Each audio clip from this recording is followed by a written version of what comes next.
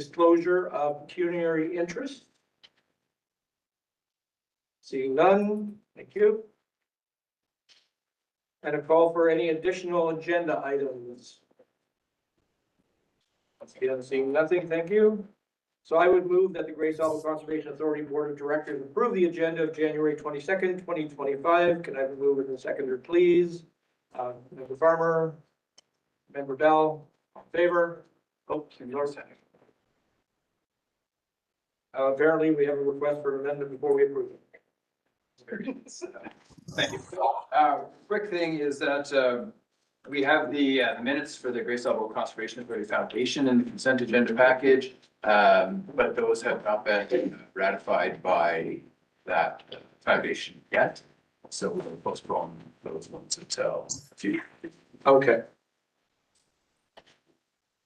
Was that what you were? Yeah. Thank you, Scott.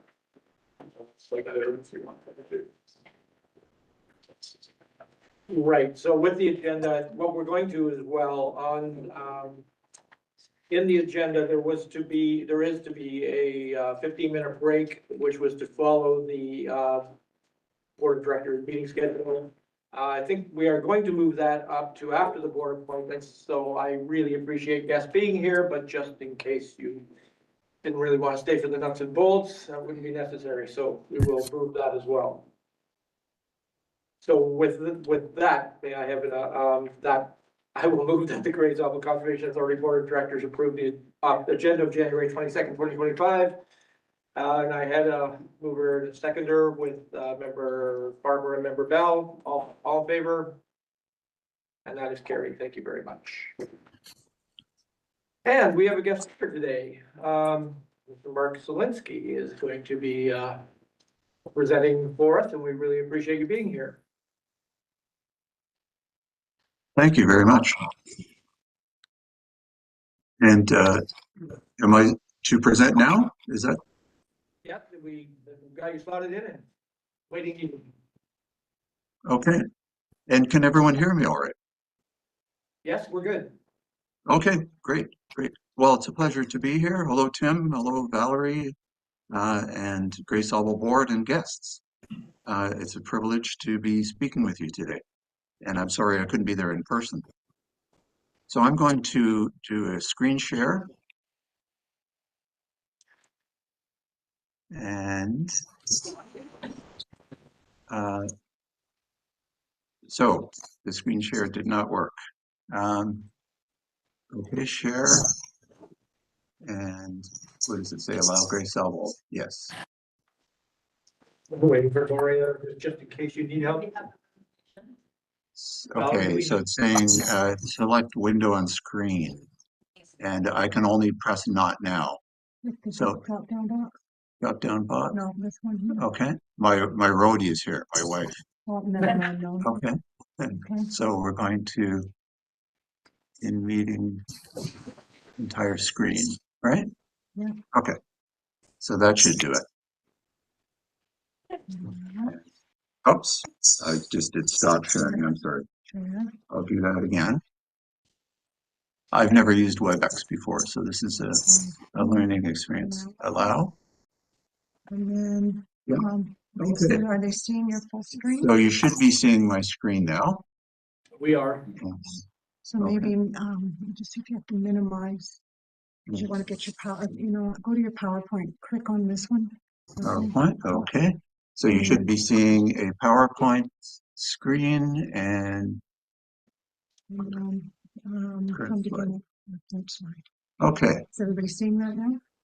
Okay, and is everyone seeing my logo? Yes. You are. Okay, great. So we're in business here. So what I'm going to be talking to you about today is a project that I've been working on for the last 6 years, consciously, but actually about 12 years of photography along the Niagara Escarpment. And so what I've done is my regular show is about an hour and a half long, so I've just customized this for you, cut out all of my international work. But just so you know, I've been a commercial photographer since the mid-70s, so almost 50 years. And In 2012, my attention turned to the Niagara Escarpment when I began a book called Heart of Turtle Island, the Niagara Escarpment, which includes Great Sauble Conservation, Owen Sound, and the area. In fact, Great Sauble Conservation was a sponsor of that book, which came out in 2017. These are some of the writers of the book at the book launch at Royal Botanical Gardens. There were several Indigenous writers, conservationists, Bruce Trail, and the book did very, very well and is just about sold out now, which is the reason that I'm doing a sequel book. And since that book came out in 2017, my career path changed quite a bit, and my work is mainly about the escarpment and Indigenous peoples in Ontario. So my work was the foundation for a website called the Great Niagara Escarpment.ca. It's an Indigenous cultural map funded by Plenty Canada. And through the pandemic, I did a lot of museum work. This was in the Niagara region on Niagara's Indigenous legacy for the Niagara Falls History Museum. That is an online exhibit as well called empathictraditions.ca. I was also in 2021 the consultant for a PBS Nature documentary on the escarpment. And for 2 years, I was the photographer for Cape Croker Park and Anishinaabe cultural experiences on the Saugeen Bruce Peninsula, which was a great way to spend the pandemic. In 2023, 2022 and 2023, I photographed Mishkoak Key. It's an exhibit at the Muskoka Discovery Center of Indigenous history, culture, artifacts. And so I photographed the entire exhibit, which is part of the online exhibit, but also all of the elders from the Georgian Bay and Muskoka region that are part of the exhibit. And also some of my photographs are part of the exhibit as well. Akarani Yandi, the famous sacred rock near Collingwood. In 2022, I was asked to join a newly formed Niagara Escarpment Biosphere Network. It's a replacement for the UNESCO Niagara Escarpment Biosphere Reserve that was run by the Niagara Escarpment Commission.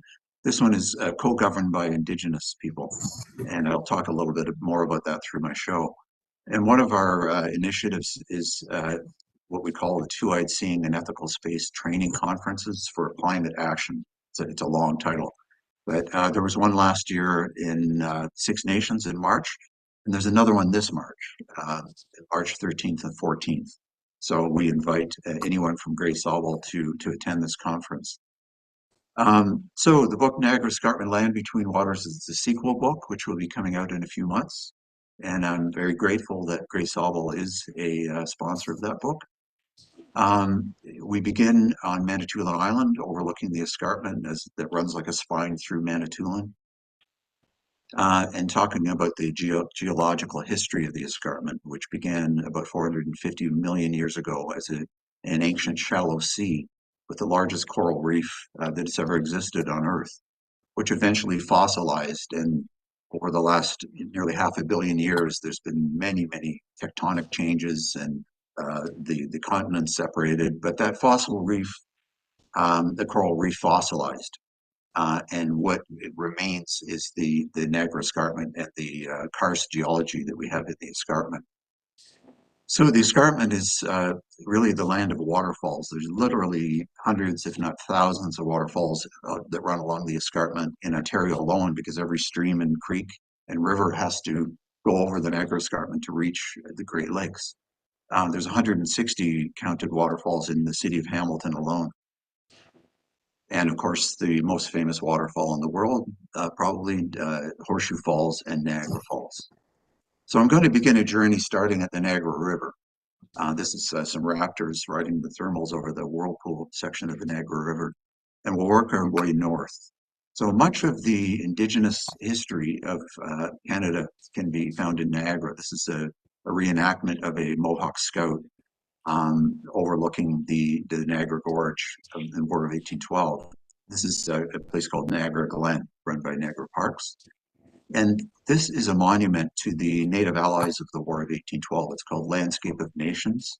And I attended the inaugural, the opening of this monument in 2016, and now I'm working with all of the founders and creators of this monument. I've been working with them since 2016. One of them is Rick Hill, who actually introduced me to the monument. He's a Tuscarora scholar who wrote a chapter in my last book, which is an amazing prophetic chapter about global warming in the times that we're living in today. You'll see Rick again later. So I also work with Brian Kahn, who's the Métis Indigenous Advisor for Niagara Region, who has the Niagara Falls turned orange every Orange Shirt Day and Truth and Reconciliation Day. And in 2022, on Truth and Reconciliation Day, there was a sunrise ceremony attended by the founder of the Orange Shirt Day, Phyllis Webstad. And that's, of course, Justin Trudeau, meeting her for the first time. So just as an aside, Justin Trudeau, as a younger man, wrote a foreword in one of my books in 2010. And time will tell if that's a good legacy or not. So here we have the Niagara Gorge. And in my travels worldwide, I've traveled to more than 80 countries with my work. I can always describe where I live by my relationship, by proximity to Niagara Falls. People in the Maasai Plain or in Borneo have no idea where Canada is, but they all know where Niagara Falls is. And a lot of the colonial history of Canada really lies in the Niagara region as well. This is the Brock Monument looking towards the United States. And interesting times now that we have with Canada and the United States. And of course, the forts that run along the Niagara River. This is Old Fort George. And moving a little bit northward into Grimsby, this is Grimsby Beach Cottages. It was a Dutch reform settlement in the 1700s. Now it's a tourist attraction. And a lot of the industrial history of Canada and the world actually lie also on the Niagara River. This is during the pandemic. This is the renovation of the Niagara Parks Power Station, which is now open. And I have new photos of the open version in the book. So just so you know, there's more than 250, or sorry, more than 450 images in the book, and I'm going to show you just over 100 today. So this is really just a glimpse of the project that I'm working on. Of course, we have the Welland Canal, which is actually, people in Niagara don't like to hear this, but it was one of the greatest environmental disasters in North America in our history. Balls Falls Conservation Area, Niagara Peninsula Conservation is also a sponsor of the book, so we'll be doing a book launch here at Balls Falls. And the highest point of the escarpment on the Niagara Peninsula is Beamer Conservation Area, overlooking Grimsby and Lake Ontario. So this book is about the waters around the Niagara Escarpment, as well as the escarpment itself. So we're on Lake Erie here at the Port Abano Lighthouse. And the Wainfleet wetlands, remediated quarries that are now a conservation area. And now we're into the Six Nations of the Grand River. This is Mohawk Tuscarora poet Janet Rogers. And again, Rick Hill in the inset and several others. Tim Johnson is the man on the right who I work with a lot on the museum projects. And this is a museum, become a museum now. It's the Mohawk Institute, which is the largest residential school in Canada, which didn't close until the 1980s, believe it or not. So the reason it's all covered with white, that it's shrouded, they're actually renovating the surface of the Mohawk Institute, which is really huge. And it's going to be quite a chilling museum exhibit when it opens later this year. This is Nancy Rowe at Kinnamauga Lodge at Mississaugas of the Credit First Nation, who wrote a chapter in my last book about the Mississaugas of the Credit First Nation, who are now a sponsor of my new book. And Carolyn King is writing a short foreword in the book. She's the founder of the Moccasin Identifier Program, which is an educational program about Indigenous peoples, first in Mississaugas territory, but now it's across Canada. So I'm honored to have Carolyn write a foreword in the book. This is the Mississaugas of the Credit Powwow in a beautiful Carolinian Grove, which takes place the third weekend of August every year. The two-tiered city of Hamilton, once known as the City of Steel, now better known as the City of Waterfalls, again with 160 counted waterfalls. most of them managed by the Hamilton Conservation Authority, also a sponsor of the book. This is a new monument in Hamilton Harbor. It's called All Our Relations, and it was created by Métis artist, designer Angela de Montigny. And there's more than 7,000 glass beads that are about the size of a softball, which refract sunlight. It's really quite a beautiful monument. This is Cootes Paradise Marsh, part of Royal Botanical Gardens sanctuary lands. This particular wetland holds the highest level of biodiversity in Canada, and it's literally less than 2 kilometers from Hamilton City Hall. So it's quite a story of conservation and land protection. This is Grandstone Creek, which runs right behind my house, just behind my window. A beautiful creek that runs into Great Falls, or also known as Smoky Hollow Conservation Area. City of Burlington Sound of Music Festival on Lake Ontario every June. And into North Burlington, this is an outlier of the escarpment called Mount Nemo, where some of the oldest cedars in the world can be found. Rattlesnake Point Conservation Area, there's a red-tailed hawk flying through. So you can probably guess we're working our way up to Owen Sound. We'll be there pretty soon. This is also a conservation area and Glen Eden Ski Hill, a remediated quarry. And there's also at the top another quarry, which has just been opened last year. It's called Area 8. And I'll be including some new photos of that area in the new book. Halton Conservation Area is also a sponsor of the book, and we'll be doing a launch at Crawford Lake. And Crawford Lake has been identified as the marker for the Anthropocene epoch by scientists worldwide, the way it preserves history in its very unique waters. This is the Longhouse replica village where the book launch will take place at Crawford Lake. And this is a beautiful artwork inside one of the longhouses created by artist Raymond Sky, who's also the artist who did the statues at Landscape of Nations. Now we're moving north into Milton. This is Hilton Falls Conservation Area, and into the Forks of the Credit Provincial Park. Northward into Cheltenham Badlands Provincial Park.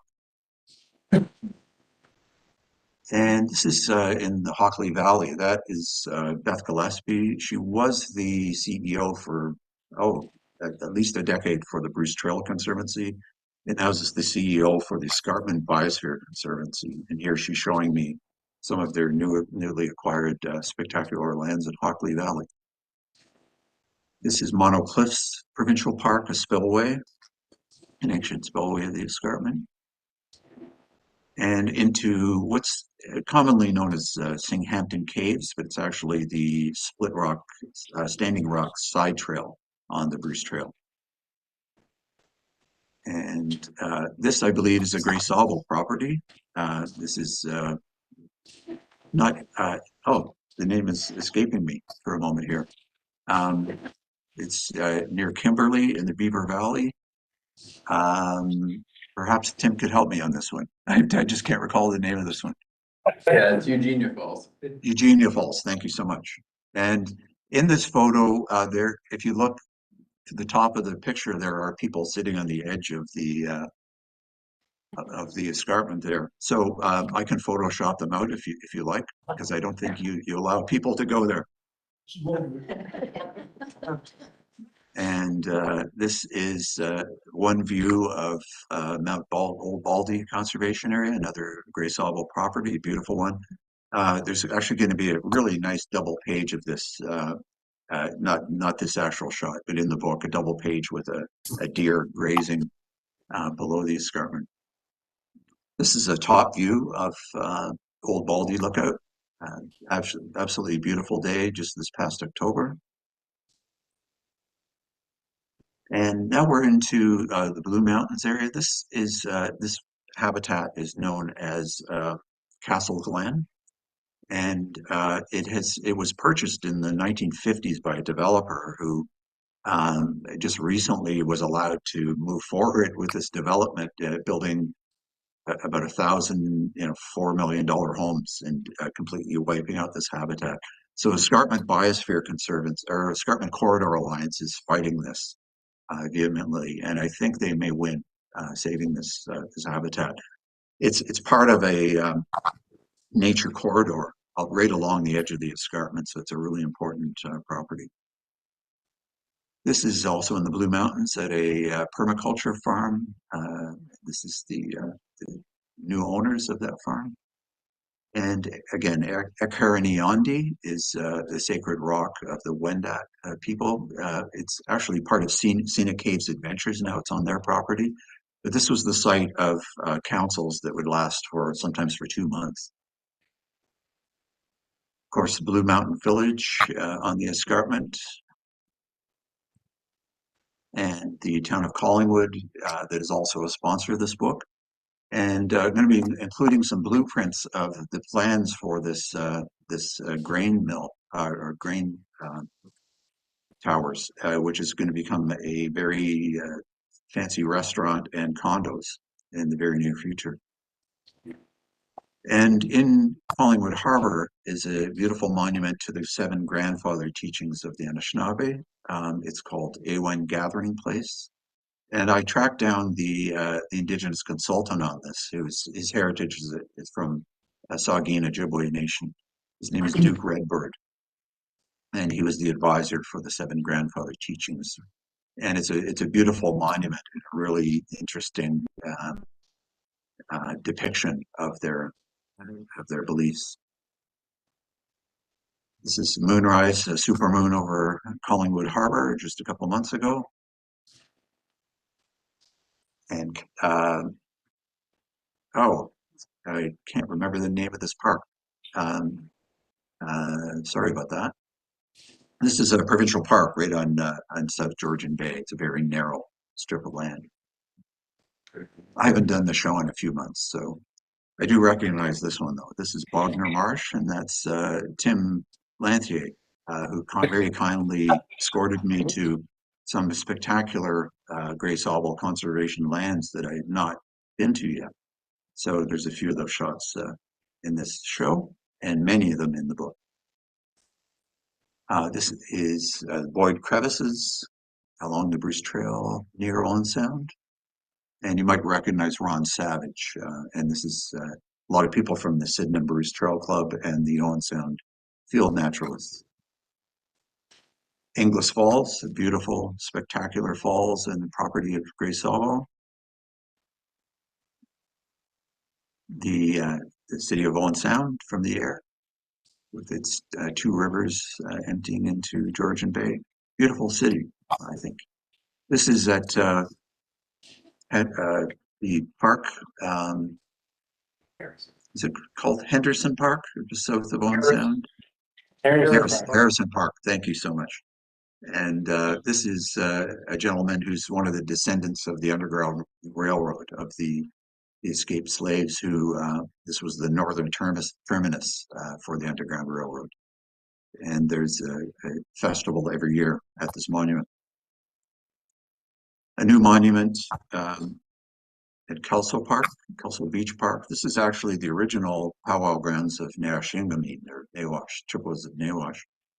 It's now a reconciliation garden with a trail that leads to it called the Walking Together Trail. And also at Kelso Beach Park is the Summer Folk Festival. And a little bit north of that, north of Owen Sound, is the Concours d'Elegance at Cobble Beach Resort. And this is a photo of Indian Falls, another Grey Sauble property. I have 2 photos, and I'm going to ask for your advice. So I have, in this photo, you see a person down in the bottom right. And that's really to give it scale, because this is a really large falls. If you see it without people, it doesn't really give you a sense of its size. So I have photos, this photo of somebody at the bottom, and I have photos of people at the top, right in the river. So I'm assuming that this is a better photo to use. Are people allowed to go to the bottom of the falls? They're not allowed in either of those. Not allowed in either. Okay. So would you prefer that I use a photo without people then? I can ask you that later, Tim. That's okay. Yeah, that photographer at Bogner Marsh really got in the way. So this is at Shallow Lake. It's commonly known as the Everglades. Some of you may have heard of it. It's an area of a forest that floods in the spring. Just for about a week, people can kayak through the forest. And this is known as Skinner's Bluff, overlooking Colpoys Bay, a Dulles stone platform. And there's Tim again, showing me Bruce's Caves. That's from the outside. Spectacular property. I had not been to it and shot from the inside. Now, this is a photo that I took a couple of years ago, not realizing that I was actually photographing one of your properties. This is Colpoys Lookout Conservation Area, kind of on the tip of this peninsula here. And this is a shot that I got with the day hiking with Tim at the Spirit Rock Conservation Area, and that's the Koran, the ruined structure. From Saugeen Ojibwe Nation, this is Shirley John, who allowed me to photograph and video a ceremony, which was very unusual. It was very kind of her. Now we're at what I call a beautiful point of land surrounded on three sides by water, but not an island, translated into Neashingameen First Nation. You can see why it's called that. It's formerly known as Cape Croker Peninsula, or Chippewas of Nawash. And Lenore Kishig is a good friend of mine who I've known for many, many years. She was the naturalist and parks interpreter at Parks Canada for many, many years. And now is the naturalist, author and grandmother for Cape Croker Park and Anishinaabe cultural experiences. She wrote a chapter in my last book and is also writing a foreword in this book. So, as I mentioned, for 2 years, I was the photographer for Cape Croker Park and Anishinaabe cultural experiences through the pandemic, which was a great opportunity for me to really get to know this land. I was there in all seasons. That's Kaylee Patrick Najawan Duran leading a tour. He's actually a board member of our Niagara Escarpment Biosphere Network as well. And this is Charlene Winger Jones, an elder, hereditary elder from Neashingameen, Nawash. And she is our co-chair for Niagara Escarpment Biosphere Network, along with Victoria Serta, who's in Wyerton. And so we're the only UNESCO biosphere in the world that has an Indigenous chair. So this is a very interesting journey in co-governance and who I'd seen. This is the Nawash powwow, the only powwow that is actually so close to the escarpment on the Bruce Trail. This is a little shimmer of Northern Lights at Sydney Bay Bluffs. And moving northward to the Lions Head Peninsula, which is right on the 45th parallel and also has some very, very old cedars. And that's a provincial park. This is Cabot Head Lighthouse, the eastern tip of the Saugeen Bruce Peninsula. And a new acquisition by the Bruce Trail. This is called Cape Chin. Beautiful, spectacular place. Also going to be the second location for an Indigenous healing garden on the Bruce Trail. The first one is actually right behind my house at just above Smoky Hollow in Waterdown. Bruce Peninsula National Park. Again, Bruce Peninsula National Park at near the Grotto in January. Moving northward by Jijuman to Manitoulin Island from Tobermory. And also Owen Sound Transportation Company is a sponsor of the book.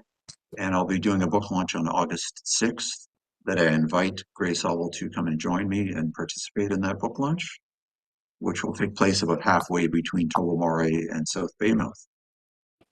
This is Roy Jeffrey and his wife Kathy on Manitoulin Island, and Roy is the land steward for all of the escarpment biosphere properties on Manitoulin Island, including 10 Mile Point, Fossil Hill Preserve, Bingaman Reserve, and the most, oh, this is actually Wolsey, Lake Wolsey and Berry Island Preserve. A couple of sandhill cranes flying through. The Cup and Saucer, and I can't pronounce the indigenous names for this, is the most famous of all of the nature preserves and hiking trails on Manitoulin Island. It's the high point of the Niagara Escarpment on Manitoulin, and is one of the first acquisitions of the Escarpment Biosphere Conservancy. I think they purchased it about 30 years ago. One of their newest acquisitions, just in 2022, their largest property is in the La Cloche Mountains, just slightly north of Manitoulin. This is called Ichitwashaquandam, translating into Heaven's Gate. I'm very, very honored that Alan Ojig-Forbier has written a chapter in my book about the peoples of Manitoulin and some oral histories. He's a scholar who teaches at York University and Harvard University, an amazing historian. This is Anong Beam on the upper right. Alan and Anong are the founders of the Ojibwe Cultural Foundation, a spectacular art center at Jiging First Nation. The largest cultural event on Manitoulin is the Quamacong powwow. This is a stitch from that powwow. And this is an elder named Josh Ishkakagan, who I invited to become part of our board. So he was one of our board members for a year. And he's the spiritual leader of all of Manitoulin Island. And he's also the founder of the Babamaquawi Memorial Trail. This is the trailhead that starts at his house and goes right out to Killarney. This is Truth and Reconciliation Day on the Canning First Nation. Chief Alana Andanawas at Sheshiguaning, a very remote First Nation at the very western end of Manitoulin Island. This is the Sheshiguaning Land Youth Initiative.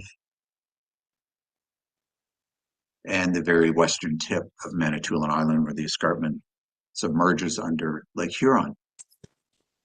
Now, how's our time doing? Valerie, I still got about 5 minutes left, I hope. I'll just keep going. Yeah. Okay, great. So I'm cutting this show a little bit short because there's just so many images, but there is going to be a chapter about the agricultural lands and greenbelt lands, protected lands of the escarpment area that are so important to our food supply and really created from 500 million years of glaciation and creating these unique soils and microclimates that are created from proximity of the escarpment to the Great Lakes. The town of Lincoln also has the largest amount of greenhouses in Eastern Canada. And again, we should not take for granted our proximity to fresh food, as California and the Okanagan Valley are burning up every year. My favorite chapter in the book are the oldest species of the escarpment. And I won't name them, but it's been very interesting for me over the last 50 years, hiking and traveling through wilderness areas with Indigenous peoples. And it's very interesting how they look at animals, insects, birds, fish as teachers, because they're the oldest inhabitants of this area. And for millions and millions of years, every single day, they need to learn new ways to survive. And so Indigenous peoples look at them as teachers that we can learn from. And I think they're right. So this is just a glimpse again into all the species of the escarpment. And we're going to come into some flora soon. It's a Blanding's turtle. The Jefferson salamander. So it's, again, endangered species are very, very important to habitat protection. And the Jefferson salamander is an endangered species that has stopped quarries and roads being built in the past. Lakeside daisies are a very unique and grow on alvars, which are a very unique environment on the Saugeen Bruce Peninsula and Manitoulin. Very rare orchids that can still be found on the Saugeen Bruce Peninsula and some of the islands towards Manitoulin. This is an endangered ram's head orchid, and the most elusive of all is the calypso orchid. Also looking at the ancient cedars along the escarpment, which are very unique to the escarpment itself.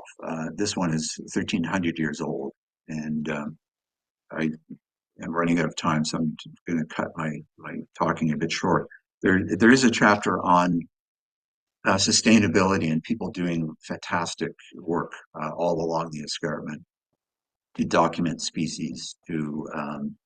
This is Brian Populaire, the naturalist for the Bruce Trail, has written a chapter in the book. An eagle release at the Owl Foundation in Jordan, Ontario. The Royal Botanical Gardens introducing children to species for the first time. The Bruce Peninsula Bird Observatory. Bag Out of Bot Alliance, an Indigenous youth group that is teaching people and doing escarpment preservation and cleanups along the escarpment. So just almost a year ago, millions of people gathered in the Niagara area and Hamilton area to watch the total eclipse. And it occurred to me that while all these millions of people were focused on the celestial bodies, that we really will have to start looking at the world differently through a two-eyed seeing philosophy of Indigenous peoples. That when we're looking at all of these incredible lands, these beautiful waterfalls and beautiful waterways, when we're looking at all of these incredible species, some that have been here for hundreds of millions of years, rare species, endangered species, when we're looking at all of this beauty, we're really looking at a reflection of ourselves, and we're looking at things that are not only alive, water, wind, trees, rocks, but they're conscious. And anything that's conscious needs to be acknowledged and loved. So it is my hope and the hope of the Niagara Escarpment Biosphere Conservancy to spread this message, and combined with conservation and science, that this love of our planet will prevail. So that's the end of the show today. I hope I haven't gone too far over. And I believe we're going to do a Q&A. If I can just figure out how to do a stop share here. Well, thank you very much, Mark, for that presentation. It's an obviously beautiful collection and excellent, excellent work. Not going to put you on the spot, but obviously our area is obviously the most beautiful part of the escarpment that you've seen. I would agree. I would say Owen Sound and the Saugeen Bruce Peninsula is the most beautiful part. Good answer. I know there were many of the sponsors in there. We're proud to sponsor you, and I'm sure you're not saying that just because we're one of your sponsors, but we're also thankful to Tim for actually bringing this to our attention and providing us with the opportunity to do that. So it's a great opportunity. Wish you much success with it. So with that, I will turn it over to anyone who wishes to ask a question or make a comment to Mr. Zalewski.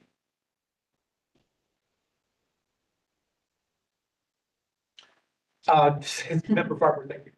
Yes, just one thing, my name is John, I'm a councillor in Owen Sound. We, a couple of years ago, renamed Kelso Beach to Kelso Beach at Nawash Park to honor that history. So I hope that if it's not already gone to print, that the text will reflect that updated name in honor of all the history that's there. Thank you for that information. I wasn't aware of that. So I've not written the captions yet. I'm still doing the book design, placing all the photos. And I will be consulting the city of Owen Sound and all the conservation areas for confirmation on the accuracy of the text in the captions. But that's really good to know, and I appreciate that, and I congratulate City of Owen Sound for doing that. Anyone else? Actually, Oh, sorry, go ahead. I have a question as well. So I will be finishing the design in about 2 months. But if any of you have any ideas for content, or even potential sponsors in your area that you think might be interested in becoming involved with the book and being represented in the book, I'd be very, very happy to hear about it. There's still time to add some content to the book. That's all I was going to say. Mark, when you say content, what do you mean? Well, it could be text content, it could be photo content. So there's still time to take a few more photos to include in the pages of the book. Cool. So Anyone else have anything for Mr. Zielinski? Sorry, member, yeah, member Day. I was gonna say member Tobin. It's okay, it wouldn't be the first time. If we have content, what would be the best way to get in touch with you? So I can certainly I can give you my what I'll do is I'll send to Tim and Valerie my email address and contact information. Is it possible, Valerie, for you to share that with everyone there? Of course, absolutely. Okay, great. So just reach out to me by email or telephone. That would be great. Thank you. I believe we have a question as well from our audience. Not so much in the comment. Mark Zielinski, it's Dick Hibla, and I worked with you on the first book, and it was a real pleasure meeting you and working on the first book. So I was hoping you'd be here in person, but I'll wave at you virtually and say I'm really looking forward to launching the new book. Looks fast with you. Great. Thanks very much, and great to see you. And yes, I am sorry that I couldn't be there. I hear it's kind of cold up there today. It's actually pretty cold here too. Good point. I didn't see a lot of winter shots in that book. Oh, there are a lot of winter shots. Okay. Yeah. You could come up here today and get some pretty spectacular ones, actually. So I'm sure that I could. One thing I should say is I will be doing definitely an Owen Sound area book launch. And I was talking to Tim in the autumn about potentially doing that near your head office along the river there. At Niagara, or sorry, at Sauble Conservation Area. So that would likely take place in early summer or early or late summer. So there will be an opportunity to see some of you in person as well and present the book to you. that would be excellent. I don't think we have anything else on our end, so unless Tim, you wanted to, I know, besides being the star of the book, just I know you were also instrumental in kind of bringing this to us, so I don't know whether you wanted to comment. Thank you. I'd just like to say thank you, Mark, for your time today and for presenting your new book to us and for including us in it. It's an honor for us. I think it's really important for Sauble to be part of the story of the Niagara Escarpment when it's told, and to get those amazing properties that we have out there to the public too, so that everybody knows that they're there to share everybody that we is welcome can use them. And so we do appreciate you. Thank you very much. Thank you, Tim. It's been an honor, and all the best for the remainder of your meeting. Thank you, Mark. Bye, everyone. Safe travels home. Thank you. Turning the computer off. All right, getting back to our agenda. It does call for a few remarks from the chair, so I will take the opportunity now. And I would just like to say, as chair of the Sauble Conservation Authority for the past year, it's been my honor to welcome you to today's AGM. But the past year has been a testament to our commitment to environmental stewardship and community engagement. Together, we've navigated challenges and celebrated successes that reflect our dedication to preserving our natural resources for future generations. Our collaborative efforts have led to significant advancements in conservation projects, educational outreach, and habitat restoration. I would like to take a moment to acknowledge the hard work of our staff, volunteers, and community partners, and who have made these achievements possible. It's through your passion and dedication that we continue to make a positive impact.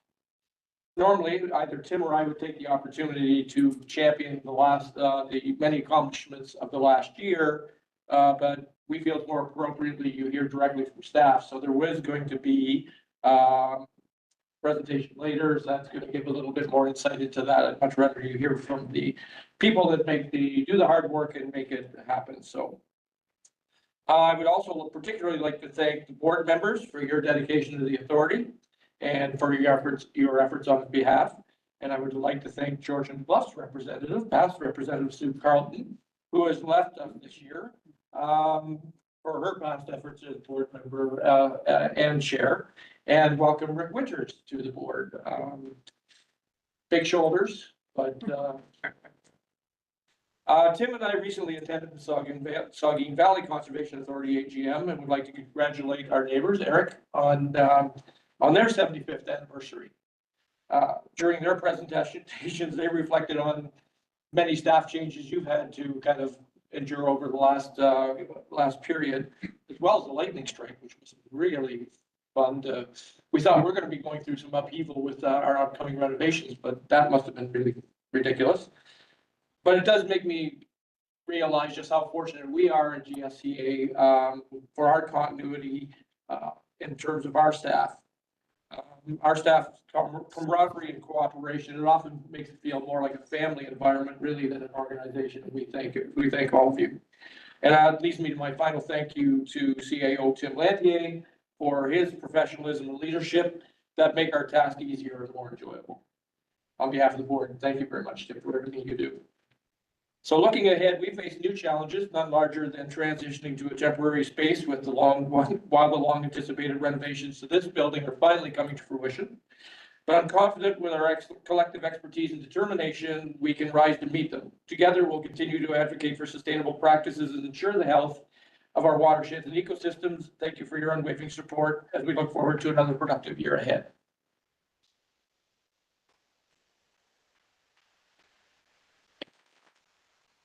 So with that, I would like to recognize some of our guests and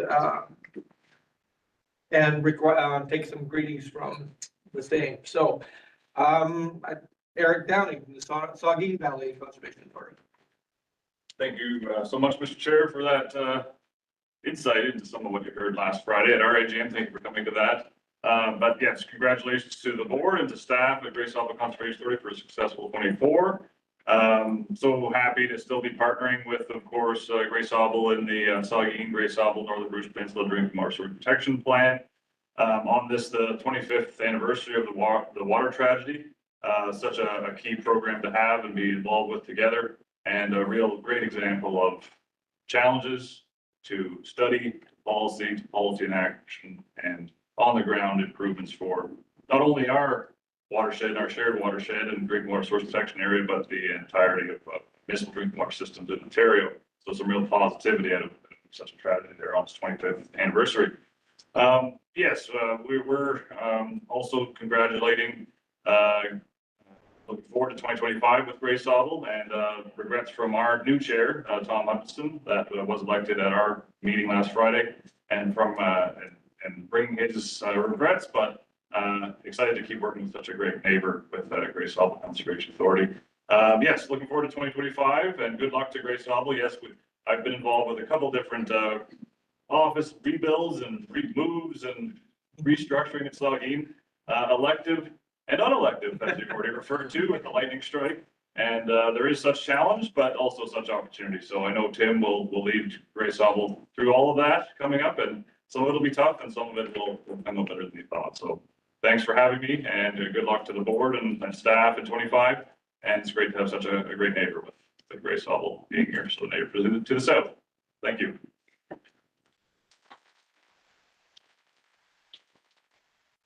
Thank you, Eric. Really appreciate that. Next I'll call on Kim Wingrove for County CAO. Good afternoon, everyone. On behalf of the Board of Master Sub and everybody at Grey County, it's a pleasure to be here. Thank you so much for including us. I'm so inspired by the images that Mark showed. If that doesn't provide a foundation for why we're all doing the work that we're doing, I don't know what would. We are so blessed. And the work that you do here is making such a difference. You are such a wonderful partner to everyone in Grey County, and we're so grateful to have you and to have you do the work that you do, the way that you do it. Thank you so much, and wishing you all the best for 2025 and beyond. Thanks. Thank you, Kim, and I guess should mirror that we're grateful for the support we get from Grey County as well. Thank you. I'm gonna call on Sue Carlton to bring us greetings from Georgia Bluffs. Thank you, Mr. Chair. It's a pleasure to be here. I'm going to look forward to the time off the board because it gives me a little bit of extra time, but I've always enjoyed being on Grey Sauble board. So there's a lot that the Conservation Authority does for the township, and we really appreciate that. And I know that Councillor Day and Councillor Winters are going to do an excellent job, and I think enjoy their time here as well. So thank you to everyone.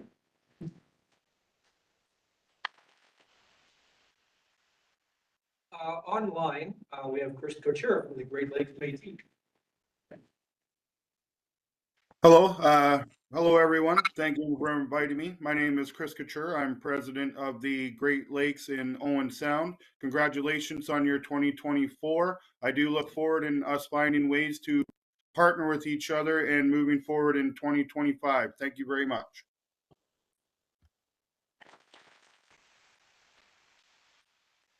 Thank you. And next I would like to turn it over to Bonnie Fox from Conservation Ontario.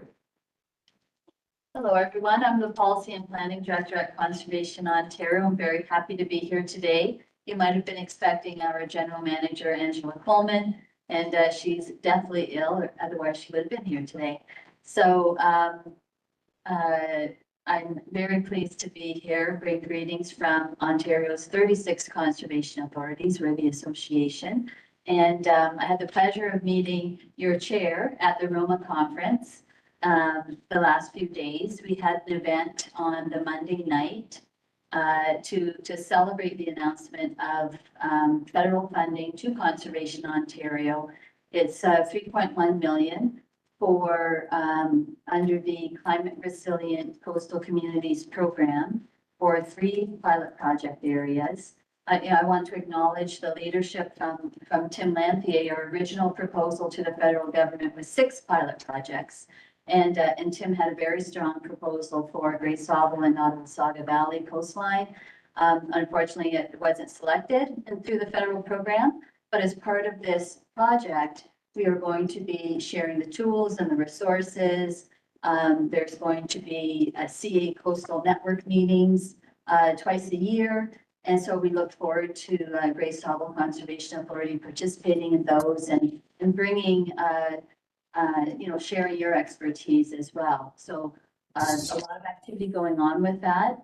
Also, your chair and I were both part of a meeting with the Great Lakes St. Lawrence Cities Initiative. They're a partner to our project, and I'm very happy to see the chair there, and I guess is a new member with Great Lakes St. Lawrence Cities Initiative.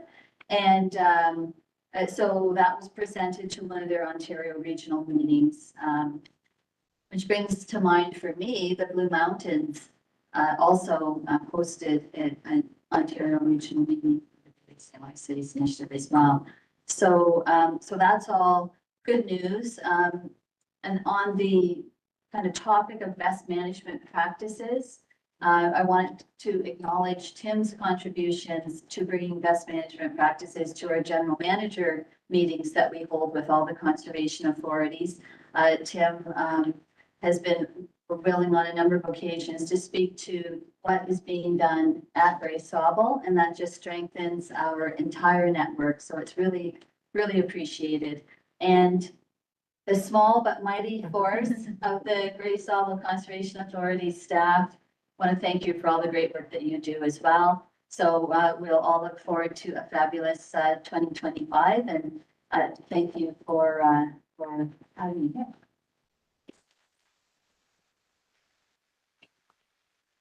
Thank you for that, Bonnie, and I'll echo that the Great Lakes, St. Lawrence Initiative meeting is quite interesting. They're doing a lot of really in-depth work to try and support and protect and they did mention yesterday in the meeting as well, actually, not, everybody just thinks of Great Lakes and St. Lawrence, but there was a couple of members that actually brought up the watersheds, that they actually are looking beyond the borders of the lakes and how they can kind of support initiatives and endeavors by organizations such as ours as well. So I think they are a really good ally, and it was a worthwhile endeavor.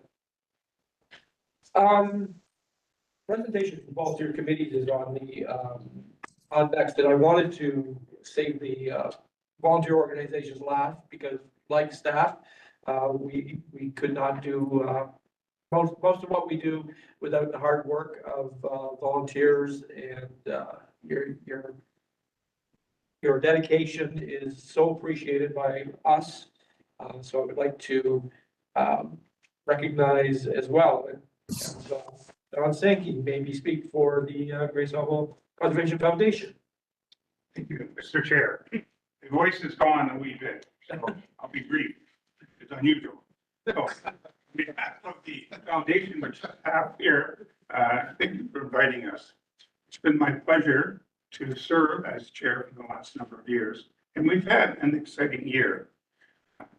Hope in the near future you'll get the copy of Connections. I thank Vicki for compiling it for us. And then lists all the activities that were successful last year, and we plan to carry them on. There is Film Festival, Memorial Forest Program, funding of the Conservation Awards, very, very important. Public relations, conservation, watershed high schools, the Water Festival, and there is, the Forest Festival in the fall. So the foundation is proud to support the activities of the authority. On behalf of the foundation, I'd like to thank the staff, very dedicated group of people. People that work in conservation are special people that care about the environment. I thank them. I thank the authority and the members who have served on the foundation, and I hope you will reconsider for this year in 2025 to serve on the foundation. So on behalf of the foundation, we wish you all the best with the renovation. It'll be a tough go downtown. It's a beautiful area to go into downtown and south. I know you'll bring life to that. So thank you and have a great year.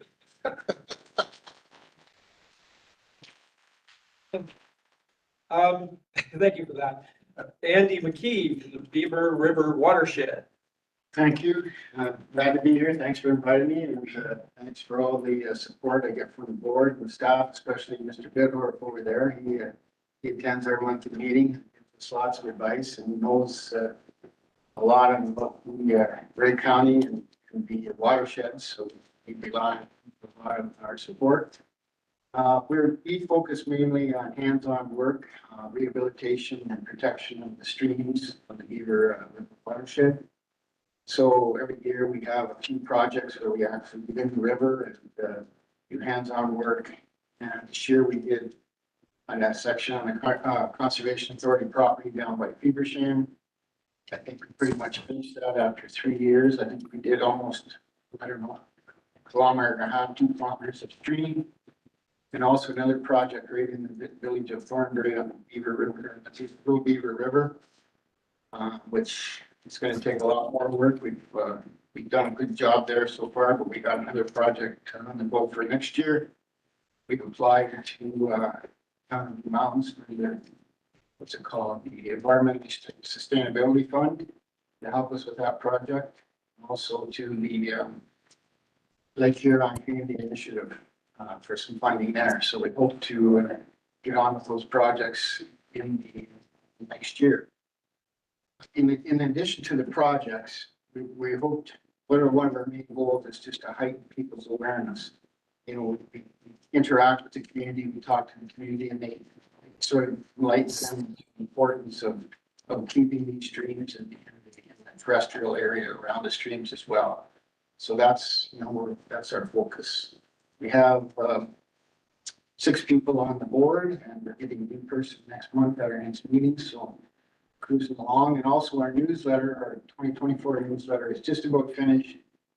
And we'll circulate it to everyone here once it's, so you get better at what the activities that we do. So anyway, thanks again to everyone and their support, and we'll continue to do our work next year.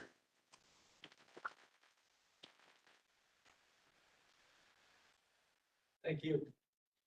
Nancy Brown, English Falls Arboretum. Greetings. Lovely wintry day. The Board of Directors, staff of Great Sauble, and all of our guests. As stated, I'm Nancy Brown, Chair of the English Falls Arboretum Alliance and one of its founding members on the board since its creation in the year 2000. At that time, the existing Trees of the World, which is the 6-acre property here surrounding the administration building, was expanded to include the 21 acres to the south. And this is now known as the Native Grey Bruce Trail section of the Arboretum. So our Ingalls Falls Arboretum Alliance is a volunteer committee of the Grey Sauble Conservation. And we have been tasked with maintaining and planting the Arboretum grounds. We have the benefit, first of all, we're comprised of 10 members, some of whom represent area associations and clubs, as well as some members at large. Also, we have the benefit of 2 knowledgeable resources on staff here, Mike Fry, Forestry Coordinator, and Morgan Berry, Operations Manager.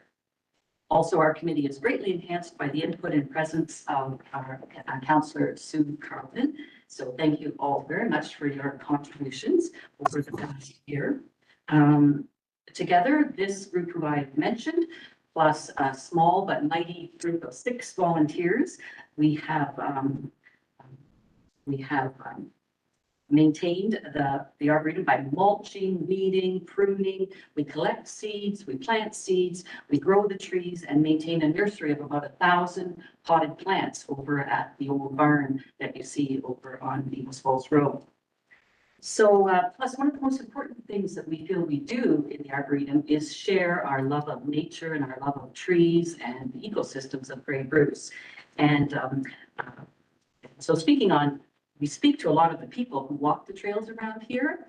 And I just wanted to bring this to show everyone, a couple who routinely hike here at the Arboretum. They carry their camera with them all the time. And they have compiled this book of 250 beautiful pictures from the Arboretum. It includes 50 species of birds, 30 species of butterflies and moths, about 20 or 25 insects, and then many reptiles and mammals that all have been found here at the Arboretum. So we just think it's amazing what they've put together for us, and it's a wonderful gift to receive from some appreciators of the Arboretum. So we also offer hikes, and we offer to go and speak about the Arboretum to groups around the area. We've been out and talked to the retired teachers of Ontario. We like to talk about healing in nature and the hope in nature. And so we were out and spoke to the Heart Stroke Association rehab group, and offered a hike here with the Goose Trail Woodland Association. And so if there are any groups or members of your localities that would like to come and gain appreciation for the trail, by all means do be in touch with us, because we can arrange that for you. And maybe even the board, we can have you out someday and take you on a hike around the trails. So we really appreciate the fact that the Conservation Authority is putting an emphasis on getting children and students out to the grounds and teaching them about nature. The new environmental educator who has been hired has been a real boost, a real bonus for our group. That's Chelsea Viera. And also they've had a couple of co-op students this year, which have really also been a real bonus for us. So thank the staff for your support for us. And what we constantly say when we're out here working is we feel so blessed to be allowed to come and volunteer and to work and play in this environment, looking up at the escarpment and just really enjoying our volunteer time here at the Great Sauble. So thank you all and good luck next year. I know it's going to be a big year of change and we're also here to support you wherever we can.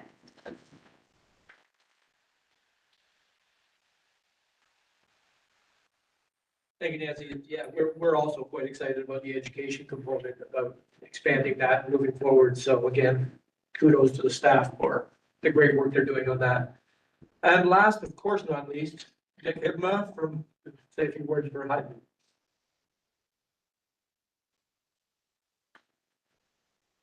Thank you for the opportunity to speak to you today. This is not an imitation of Bob Knapp. Nobody can do Bob Knapp like Bob does. Friends of Hyden, a remarkable story. Poster wall back there shows you some of the early work that took place around that property.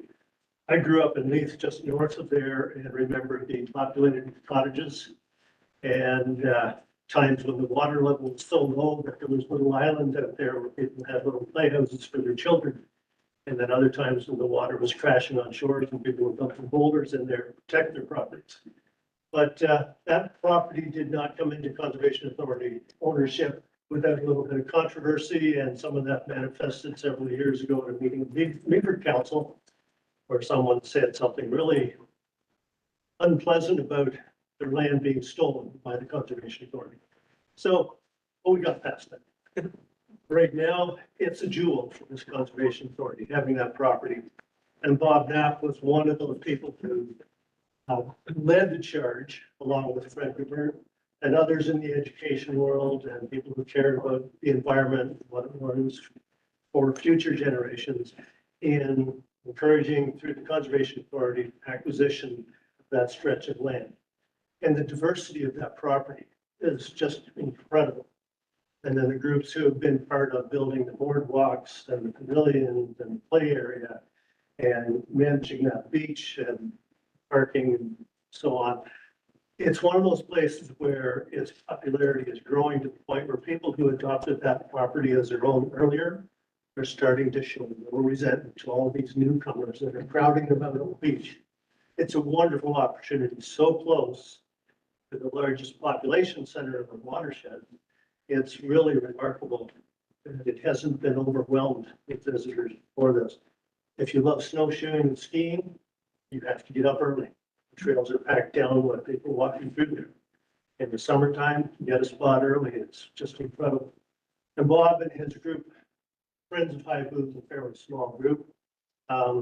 Two key focus areas of their year is to get out and walk the shoreline and pick up as much garbage as they can find to keep it clean as possible. And then every year, there's an effort to replace some of the boards that are deteriorating in the boardwalks to keep them safe and usable for everybody.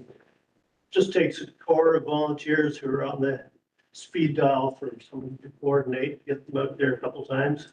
And then 2 years ago, coming up, it was our 50th anniversary of the beginning of that property. It's always a pleasure working together as a group. And Bob and his wife are always very enthusiastic. I know Bob's casting around for somebody to take the mantle of leadership for him, but we'll see how long that takes. Anyway, it's always a pleasure working with the authority staff in terms of getting materials and work parties together. We appreciate that support and we appreciate the stewardship of the property by the Conservation Authority. And I know there's intent to do a management plan for that property. We look forward to partnering with you on that management plan development. So thank you very much.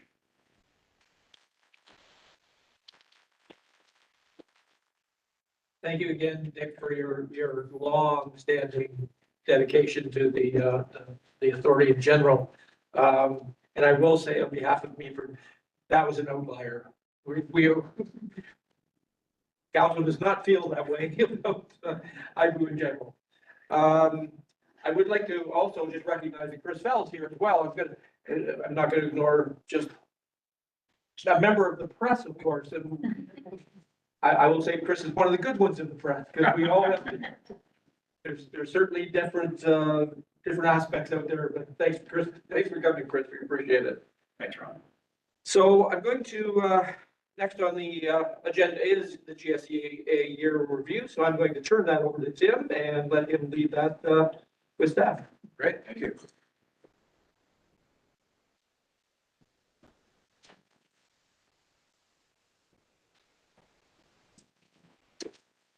Is this a song and dance? We don't have to, we have to change our costume. Okay.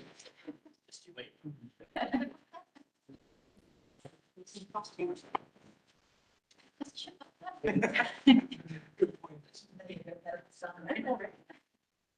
Yeah, anyway, well, Gloria is getting us queued up. We did think, as Rob mentioned, we thought it's always important to get the team up here.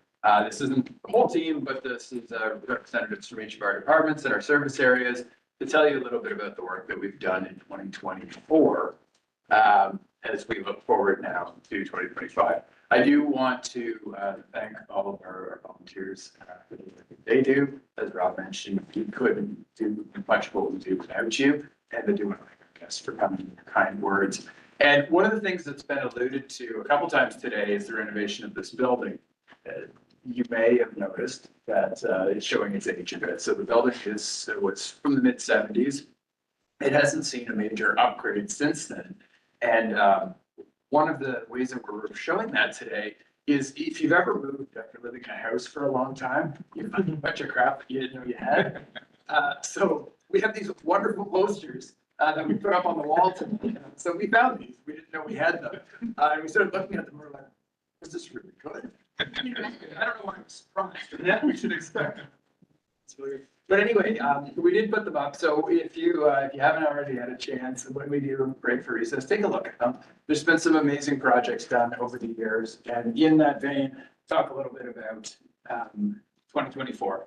So all of you, I'm sure, are aware that we've been working on a strategic plan. It's taking a little bit longer than we hoped, but we have developed the goals for the strategic plan, and I'm not going to run them off all because I've done that. But as we look at the work that we've done in 2024, and as obviously as we plan forward through 2025 and beyond, these are the primary drivers that are going to be pushing the organization. With that, I will stop talking and turn it over to the team.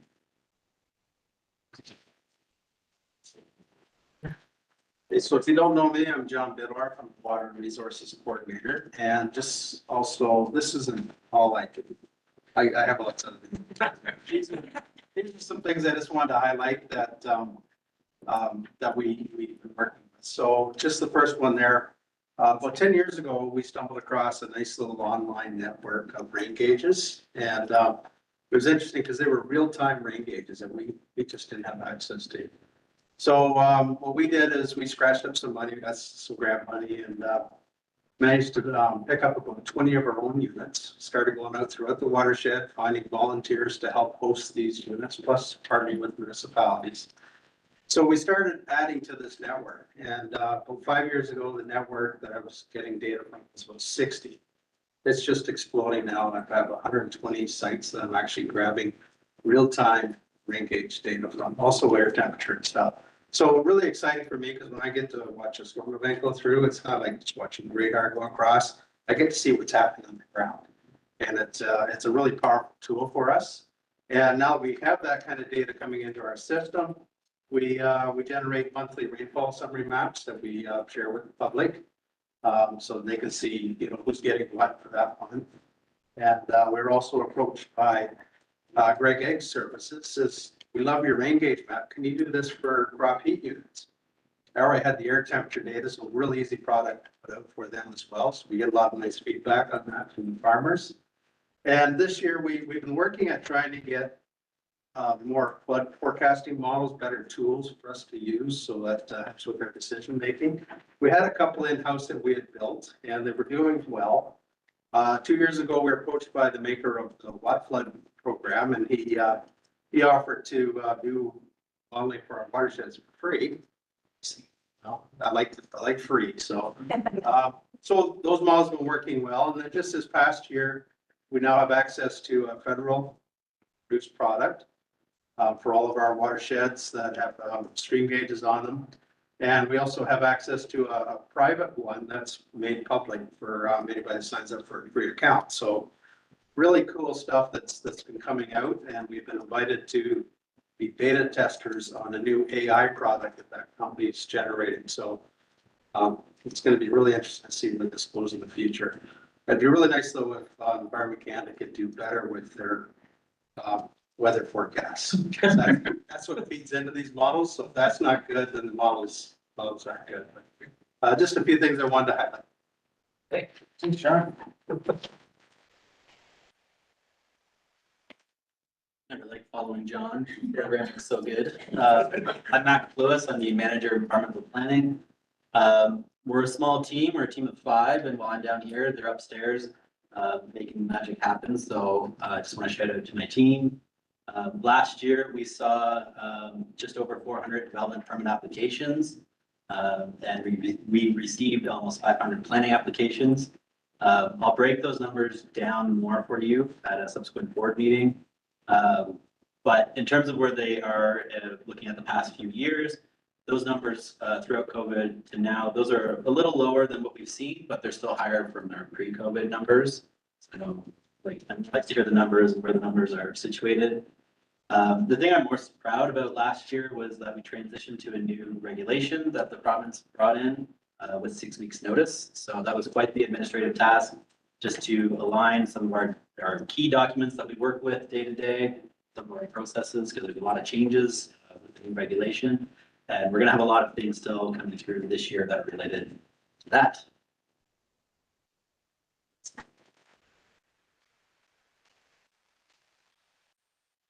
I'm Ian Erickson. I'm the manager of engineering services. Last year was actually my first full year in the role, and first year for that department. So it's been good. It's evolving a little bit, but one of the main things again was assisting the planning department with technical reviews of the various reports and plans that come in. Assisting anywhere needed with that.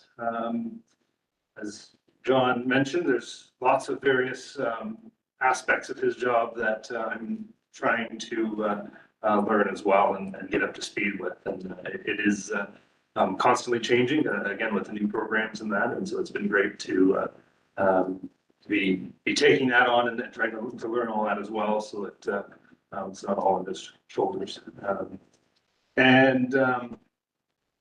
Also been working with all the municipalities.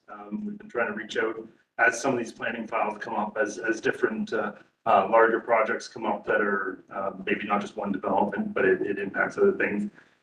Strengthening that relationship with the municipal partners. We have our planners work with the planners, but it's nice to be able to work with the operations teams as well.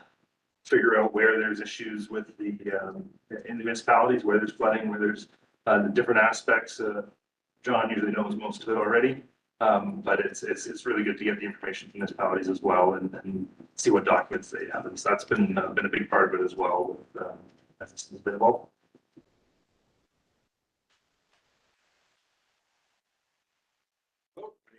I'm the operations manager at Conservation. I have to give a shout out to my staff first. I have one full-time, Lloyd Nickel, and one full-time contract, Spencer Young, who helps me in my department. Also have to shout out to Ann's, Rebecca, who's not here right now, will be returning in March. Margaret Potter, who stepped in and did an amazing job helping. And also Tim, who also stepped in and made Land's transition from Rebecca leaving to coming back very smooth. Just a few things to highlight here. This year we exceeded our parking revenue budget target, which we're excited about.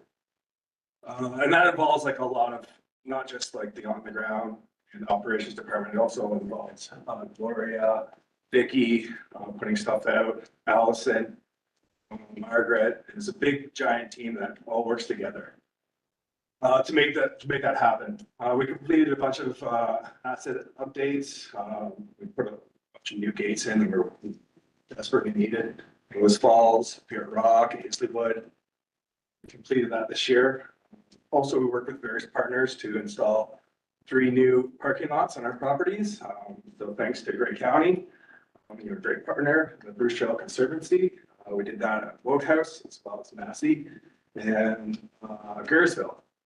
Also some other like volunteer projects we did this year with the volunteers, I guess projects we did with volunteers was new trail from the Gursville parking lot to the main trail, as well as we did some fabulous work with the Friends of Haibu as well as the IFAA, for some of the Norway maples that are,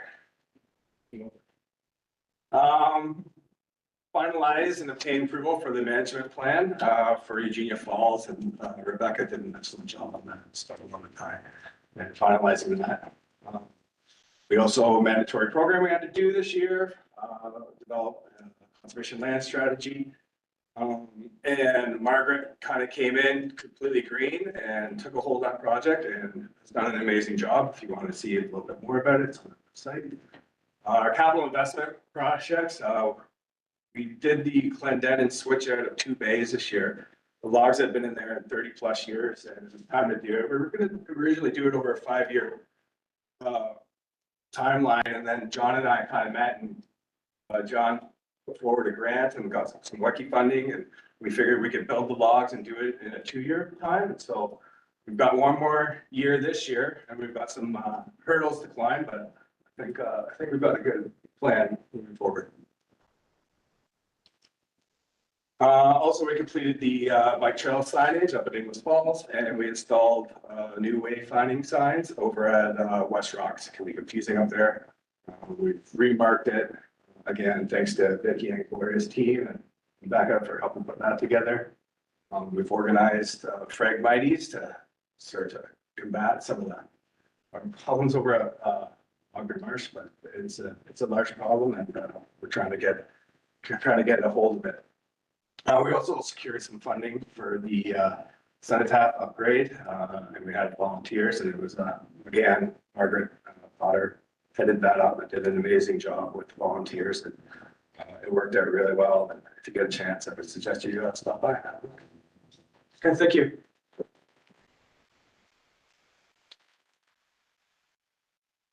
I'm Mike Fry, I'm the forestry coordinator here. Since we're all shout outs to our team.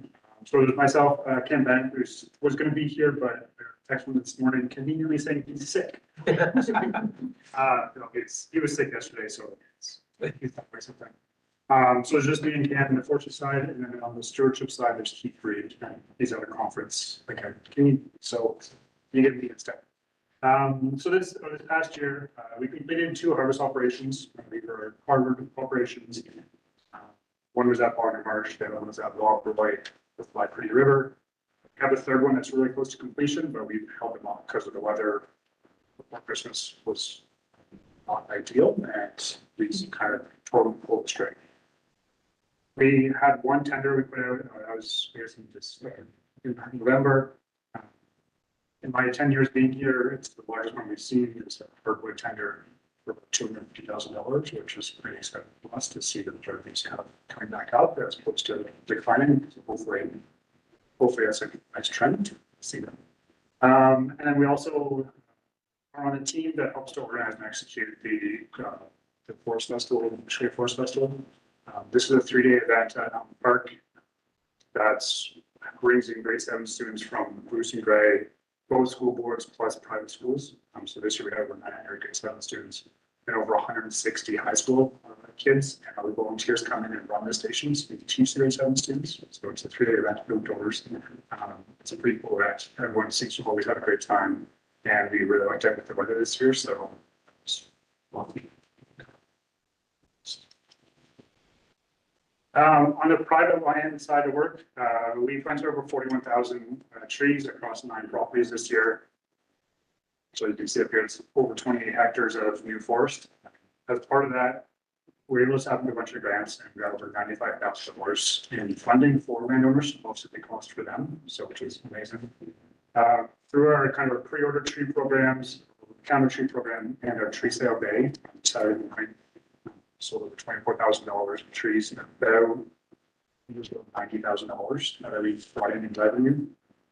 For the tree sale morning, I try to block it out from my memory, but thank you to everybody who came out and helped.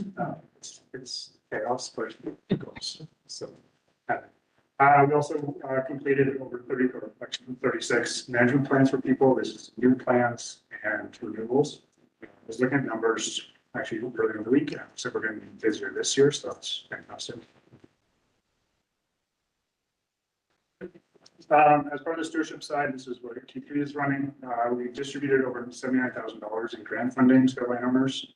So this is including funding for cover crops, exclusion fencing, livestock exclusion fencing. There's over 2.7 kilometers installed this year, which is fantastic for the water quality. About 30 meters of water diversion installed. Yeah, and that also helps support over 19,000 trees being planted in addition to the 95,000. So it's fantastic. On Buffalo Creek, we partnered with Bruce Power and 19 Eastern Ontario to do a community tree planting event. So we put in 50 ball and burlap cedar trees right along the water course there to help, over time, help improve that water quality there. It's kind of been completely stripped. So we're hoping that we can keep that going in the future. It's a great event. I think it was 30 volunteers. The last point here, see, we move more logos with the handshakes. So we're part of a collective with the Healthy Lake Huron, which is CA's along Lake Huron coast. There's 5 of us. For our side of it, we worked with hay pasture producers and did a survey with them to look at what's their main factors. If they're going to maintain hay pasture, or if they're going to be converting out into, say, well property, and what's that impact going to have on the watershed overall, and how can we support them there? Through this partnership, we also received $34,000 that helped offset wage funds or wage. So we're just levy for $34,000. It's fantastic. Thank you very much.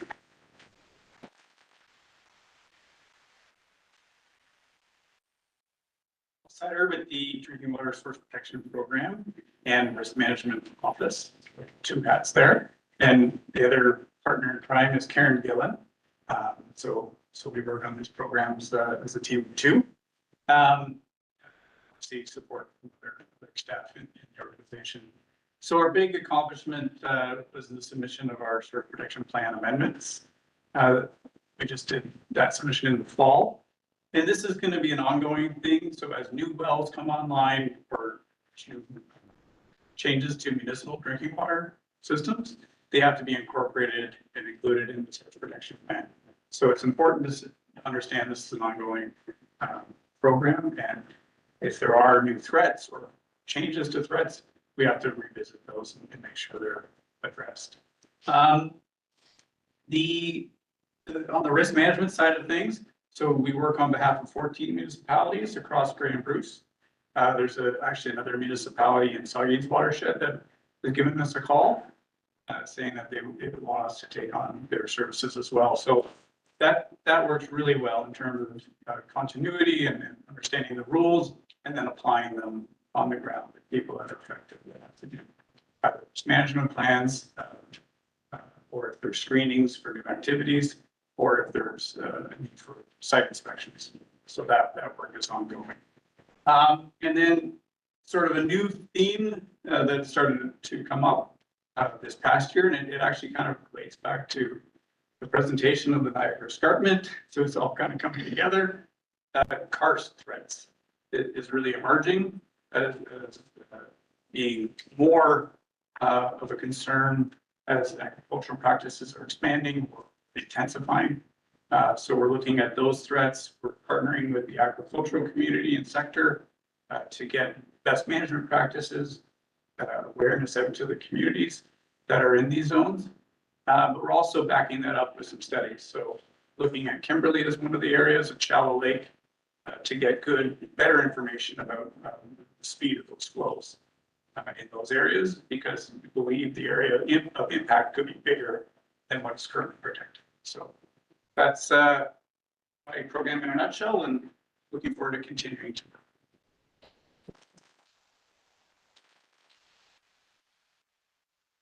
I'm Gloria Dangerfield. I'm the manager of information services here. So I oversee comms, education, GIS, and IT. So in terms of communications and education, we are also a small but mighty team. So we have Vicki, our in communications, and then as mentioned, Chelsea Vieira, who is our new environmental educator. So a lot of really exciting things happened this year in terms of environmental education. We've created one of our first curriculum-linked environmental education programs, the Watershed Guardians program. So we created that program and we also offered it to several classes. On that note, a huge shout out to Nancy McGee, who's a member of our foundation, who stepped in and helped. She's retired and has a lot of experience in education through TRCA. She helped Chelsea with offering that program as well. And then the Specialist High Skills Major program, we offered our first one of those to St. Mary's students. And it was very similar to our Watershed Guardians program. What that program does is we discuss our watershed report cards and we teach students about those indicators, those health indicators that go into grading the watersheds. So with the High Skills Major program, we also did that. It was just more comprehensive. We offered, we had John Biddorf there helping out with the Benthic program, and then GIS staff did tutorials and worked with students to teach them GIS. So those were really great programs. We also delivered another successful 9-week summer day camp. It was full all summer long. This is not a small undertaking. It's a lot of work, and I think it was very successful. And speaking of shout outs, thanks to Don Sankey and Tim, who came and did, they were our special guests for one of the weeks and did photography with the students, nature photography. Every week we have special guests and we do school trips or bus trips. And this year we revamped all of the special guests and it was really, really well received. One of the other things we did this year was we received funding through the Jane Goodall Foundation, their 8th program, and were able to start up an environmental book club. So Chelsea meets with a group every month and they discuss different books that are chosen. And that was through a partnership with the Owen Sound Library and the Blue Mountains Library. And we were also able to provide some books to the libraries. And then finally for communications, there's always a lot going on there, a lot of support given to departments for their communication needs. Some of the larger projects we worked on this year were designing new wayfinding signs at West Rocks, supporting the Eugenia Falls Naturalization Project, and then also beginning a refresh of our very popular brochure, the Explore Guide. So that features several of our most popular properties, and a lot of work goes into that. So we've also started that refresh. Now for information technology and GIS, there's myself, and then we have Les McKay, who is our network administrator, and Ian Cable, who is one of our new staff. He's sitting over here in the corner. Ian started back in November and he has hit the ground running in terms of GIS support and already given a ton of work to do. So that's great. One of the big items was that regulation update, the change to the 41-24 regulation.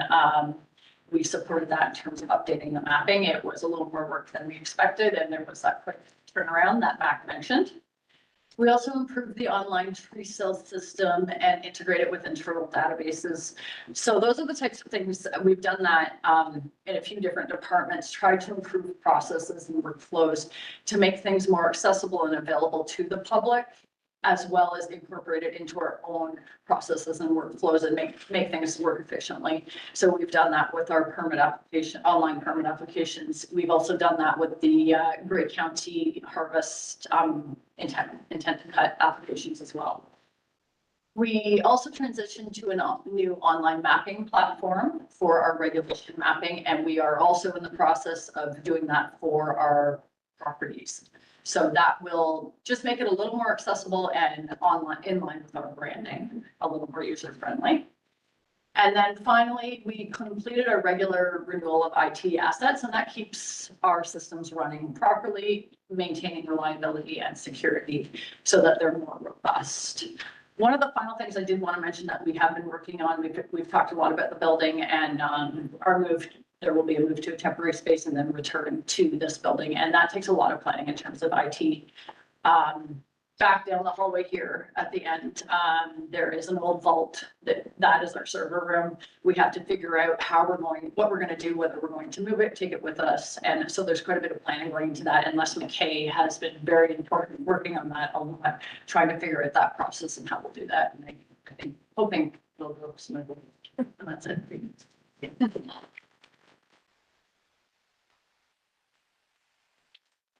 So thank you very much, and obviously thank you to our team. A couple of other things I wanted to touch on in terms of as we move forward with achieve organizational excellence, achieve corporate excellence. We set this as a corporate goal, and it sounded. Tell you something I should tell you. It sounded really great when we first came up with it. Then we started really digging into it. And we're like, wow, this is big. So there's a lot going on with it, but it's been really fantastic. A couple of the things that we're looking at doing, we have been working through finalizing the renovation proposals, the architectural work on this building. We've had several staff involved, but I do want to give a specific shout out to Ian Erickson here, who has put in a tremendous amount of work in terms of coordinating that. It's no small effort to get that done. We have a big part of what we do, as we mentioned with our volunteers, is partnering with groups, organizations, people throughout the community. We are, the theme that keeps coming up today, that I keep hearing today, is smaller but mighty. The only reason that we are small but mighty is because of the amount of work that our team puts in, but also those partnerships that we build with the community. It's so important to the work that we do, and we couldn't do without those networks, and we'll continue to do that. As has been alluded to and mentioned specifically, we've had a lot of changes to the Conservation Authorities Act that required a lot of new studies that work that we weren't previously doing. So we had to take that on.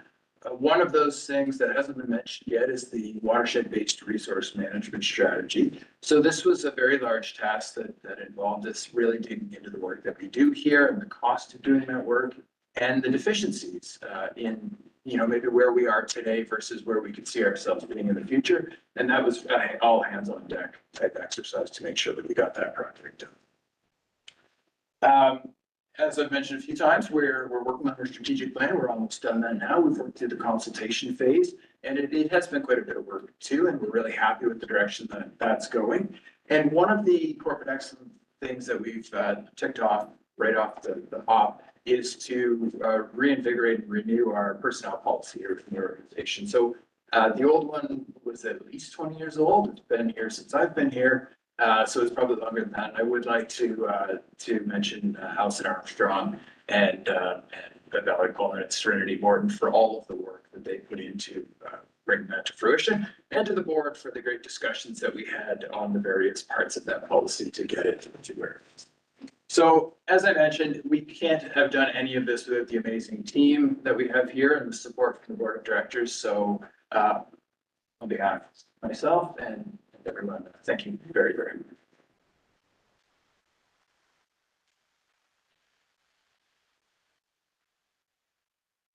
So to the office of the Mutual Admiration Society, thank you very much, obviously, for everything that you do.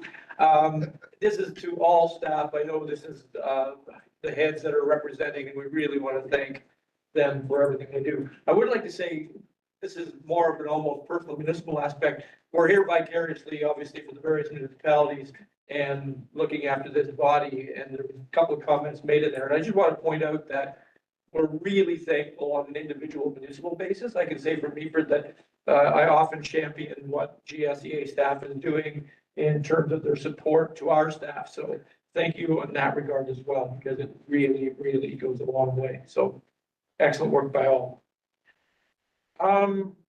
Next is going to be the board appointments. And just before I kind of hand that over to Dick, there's one more thank you I wanted to give, and I didn't give earlier. I wanted to thank Vice Chair Nadia Dubik, who has been very helpful and supportive as well. There are, particularly Conservation Ontario, unfortunately, our meetings tend to correspond the same day as council meeting, as she's attended a couple of times in my stay in person. But I want to thank you for all your efforts on behalf of the board as well. It's been my pleasure to do this, and look forward to 2025. And I will, with that, turn it over to Dick. So I'm going to make a motion that Dick Hibma be appointed as chair pro tem for the 2025 election of officers. May I have a mover and seconder, please? And that's Member Bell and Member Mackey. All in favor? And that is carried. Thank you.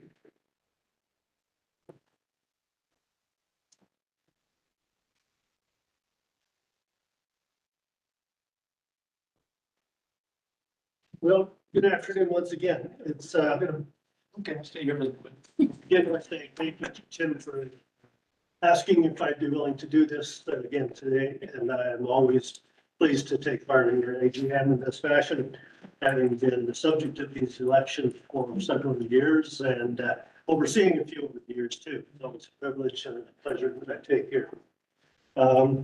So that being said, motion to appoint me has been done. The chair and vice chair positions are now vacant. And reviewed the election procedure, which is in your package. And it will require us to have nominations for the chair's position. The nomination gets moved, it doesn't need a seconder. And then I'll call 3 times for that opportunity to nominate someone to be the chair. If there's more than one nomination, after the 3 calls, we'll ask for a motion to close nominations, and that requires a seconder. And the vote, and assuming that there is somebody willing to take a position or 2, vote. Prior to the vote, there'd be opportunity for those nominated to speak for a 5-minute length of time if they can muster that much energy to speak to it. 3 minute. Reset the timer. And then the election will take place. We'll have scrutineers to be appointed and voted on shortly. The results of that vote will be declared to me from scrutineers if the vote takes place. And I will announce to the crowd the result of that. In the event of a tie, we would have a subsequent vote. And then there's a 3rd step if necessary. We'll get to that if necessary. Then the similar process would take place for the vice chair position. And when those positions have both been filled, then my term in service to you concludes for this year. And the chair would be welcome to take over. It's the meeting. Tim? Thank you, Mr. Chair. Well, I'm just going to offer a point of clarification to the board based on changes to the Conservation Authorities Act a few years ago in terms of duration of terms for chair and vice chair. So a chair or a vice chair is allowed to sit in the position for 1 year with a maximum 1 year extension. So each of Chair Yurick and Vice Chair Dubek have been in the positions for 1 year, so they're both eligible for a 1-year renewal. Anybody else on the board is also eligible for either of those positions, except Member Bell, representing Meaford, is not eligible for the position of chair in this year's election. Okay. Those numbers down a little. Okay. Do we have conscripts for the scrutineer positions? Don Sankey and Eric Downey. And a motion to appoint Don Sankey and Eric Downey as scrutineers. John Farmer, and seconded by Tobin Day. Thank you. All in favor of the motion? Thank you. The motion is carried. So we begin with a call for nomination for chair for 2025. First call. Scott. I nominate Bob Yurick for the position of chair. Okay. And a second call for nomination for chair position.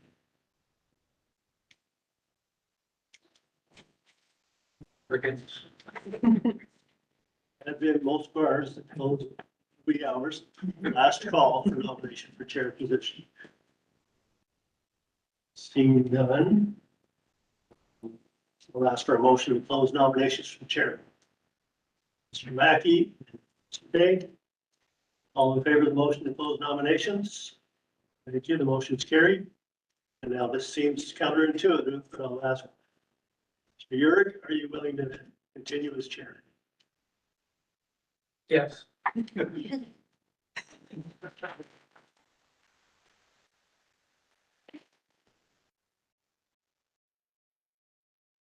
guess we don't need speeches in that regard. We don't need votes. So You are declared the chair by acclamation. Now I will call 3 times for nomination for vice chair. First call for nomination. Scott. I nominate for, And a second call for vice chair nomination. Definitely silence. Last call, nomination for vice chair. Makes this job easier. Motion to close nominations for vice chair. On the farmer, and seconded by Tony Bell. Thank you. All in favor of the motion to close nominations for vice chair, that motion was carried. Do you accept the nomination for vice chair? Thank you. Very good. Then you are acclaimed as vice chair for 2025 Great Sauble Conservation Authority. No ballots to be destroyed. The work here is done. Thank you very much.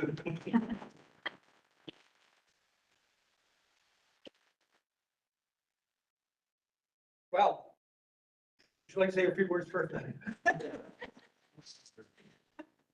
It is always an honor and a pleasure to be working with this board and with the Great Sauble Conservation Authority community.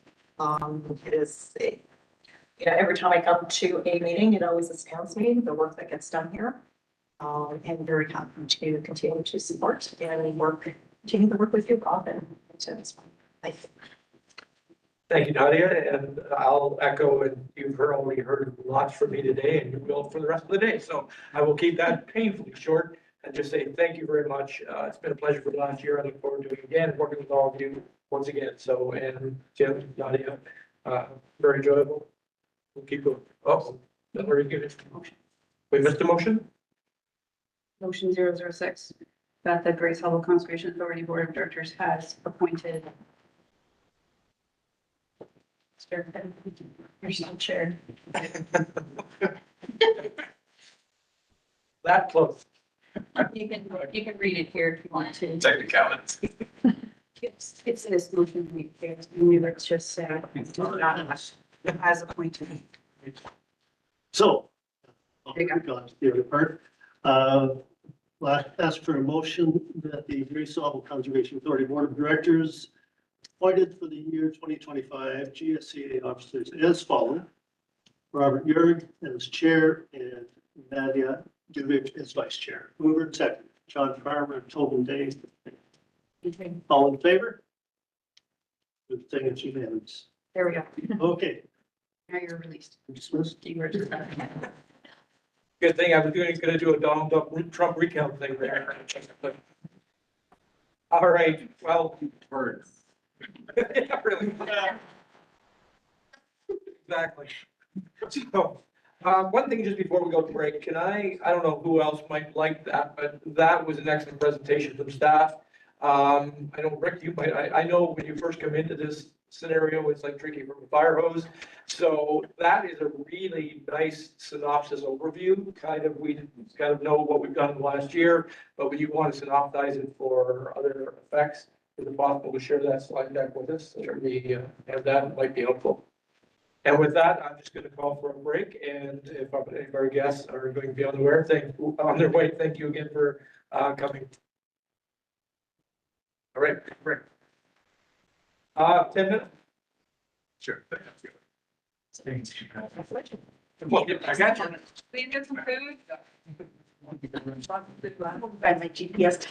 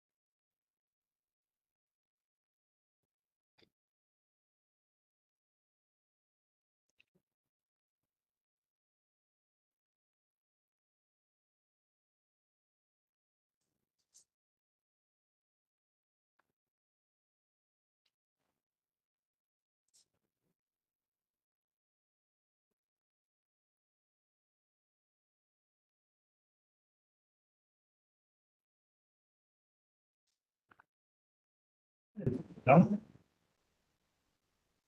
Yeah.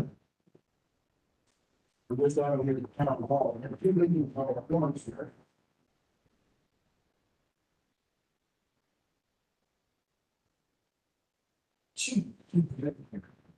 Conservation.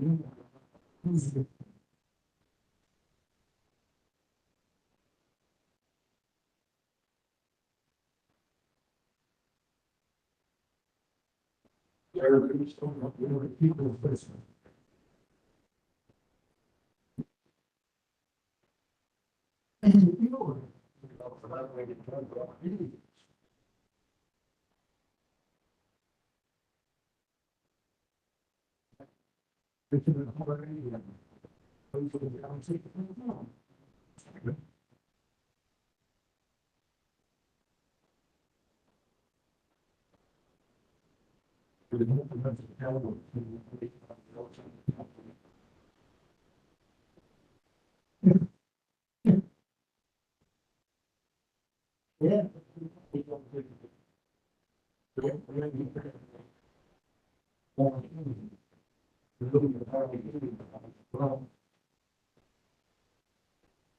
Yeah.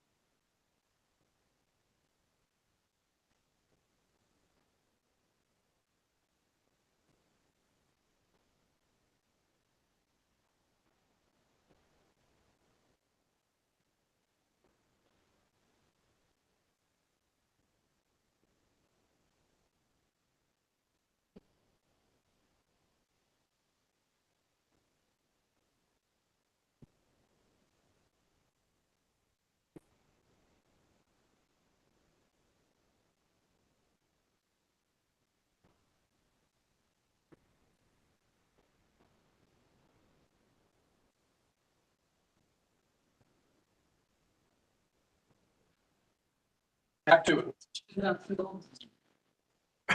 Oh, I did get a message from Jennifer Shaw, and she said it as long as it's acceptable to everybody else, she's happy with what she is Already, sitting on. okay, She is in Calgary and was unable. yeah, good to know. Are we not done?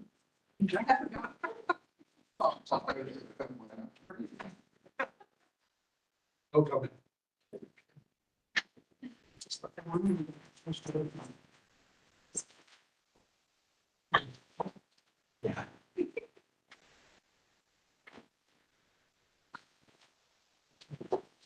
All right, going to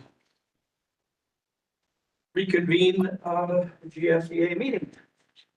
Thank you, everyone, again for everything that transpired during the AGM and for putting your trust in Nadia and myself once again.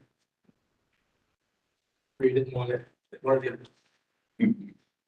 So the next one on the agenda is going to be the election of committee members. That's attachment number 2 in your agenda package. How best do you want to do this? I think there's a couple of things in here we do need to discuss as well. I know there's some conversations around the Indigenous Relationship Committee, so I think we'll have a conversation regarding that when it comes to that. I think it'd be better. Okay. Set them as. Okay. Set. Sure. All right, so we are going to do the election of the committee members. Let's start with Conservation Foundation. Just a note in there that Member Shaw couldn't be with us today, but did already advise in advance that she'd be willing to continue to stand on the committees that she was already.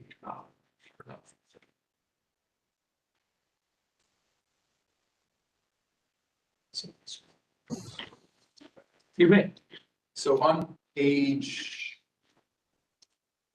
13 of the PDF of your agenda package, there's a description of each of the committees that we have. So the name of the committee, an overview, the composition of that committee, and then the meeting frequency, as well as links to the terms of references or bylaws. If you go down to page 15 of your agenda package, it lists the various committees that we have and those members that are currently on those committees. So if you're a committee that doesn't meet very often, you don't remember that you were on that committee, sit there, or if you want to see who else is on the committee. So usually the easiest way for us to do this is for individuals to just volunteer. So, unless it gets filled up. The only two that aren't optional are Conservation Ontario. Our bylaws state that the chair is the voting member. Vice chair is the first alternate and the CAO is the second alternate. And then the Drinking Water Source Protection Management Committee is made up of the chair, as well as the CAOs. So moving on that, then the first committee is the Conservation Foundation. And I guess we can start by asking, do the 2024 appointments wish to continue on that body? Or does anybody wish to step away from that appointment? Member Mackey. I'll continue on unless someone has a burning desire.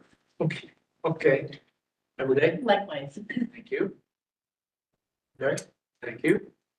And Member Day, Vice Chair. All right, so how many can be on this particular committee? Because some of them have different limits in terms of. This one says 4. Okay, so we have our 4.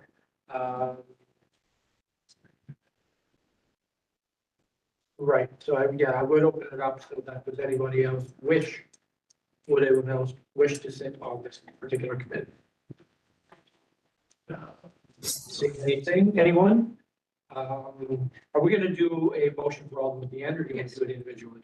All the. Okay, thank you very much. So moving on to the Conservation Ontario Council, That's obviously myself and vice chair, and Tim Lantier would be the alternate, so that stays. Forestry committee, currently Kathy Durst, Scott Gregg, Scott Mackey.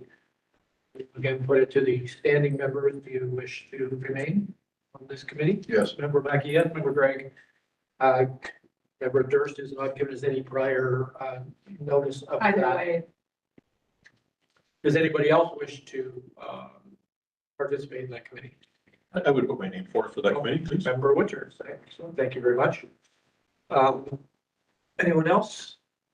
Okay, what I would do is maybe, so are we going to say that we've got 3 standing members now with the possibility of member Durst, which we will check with once we get this opportunity?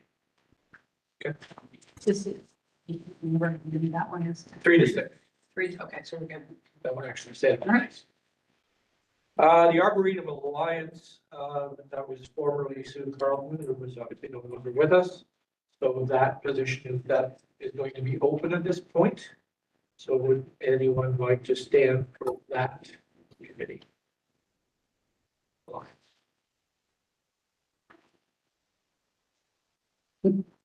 Okay. Can you maybe, and honestly, to some people might, and I've been honestly really complete ignorance, I'm not even sure. I haven't had a chance to go back and review what it would entail that might help people make a decision. Sure. So we've heard from Nancy Brown today what the Arboretum Alliance does. So they essentially look after this grounds area that we're sitting on today. The meetings are at the call of the chair. So I'm not sure how frequently they do meet. Not very frequently, 2 to 3 times a year, I believe. So very infrequent. And that board member sits on to help round it out and to bring perspective from the board. So I will ask that once again, whether anyone is wishing to be on that particular body. Member Greg.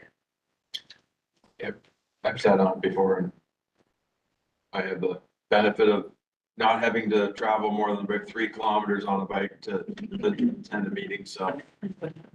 Sue Carlton has done a great job on that committee for the last couple of years.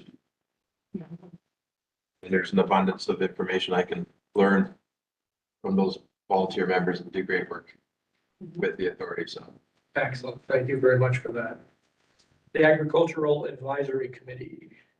Currently Alex Maxwell, Scott Mackey, and Jennifer Shaw. Jennifer has already said that she would be willing to continue. So I will put it back to members Maxwell and Mackey if they wish to continue. Member Mackey, Scott. Member Maxwell, are you interested in continuing? Yep. Thank you very much. Can you hear me? I can hear you, thank you. Welcome, by the way. Thanks for talking. Would anyone else like to sit on that committee? Okay, seeing none, we'll continue. Drinking water is obviously chair, vice chair. The ad hoc building committee, members Greg, Durst, and Carlton. Again, member Carlton stepping away, and member Durst, we do not know. What was the number on this one again? Potential members? 2 to 4 board members from the Thank you very much.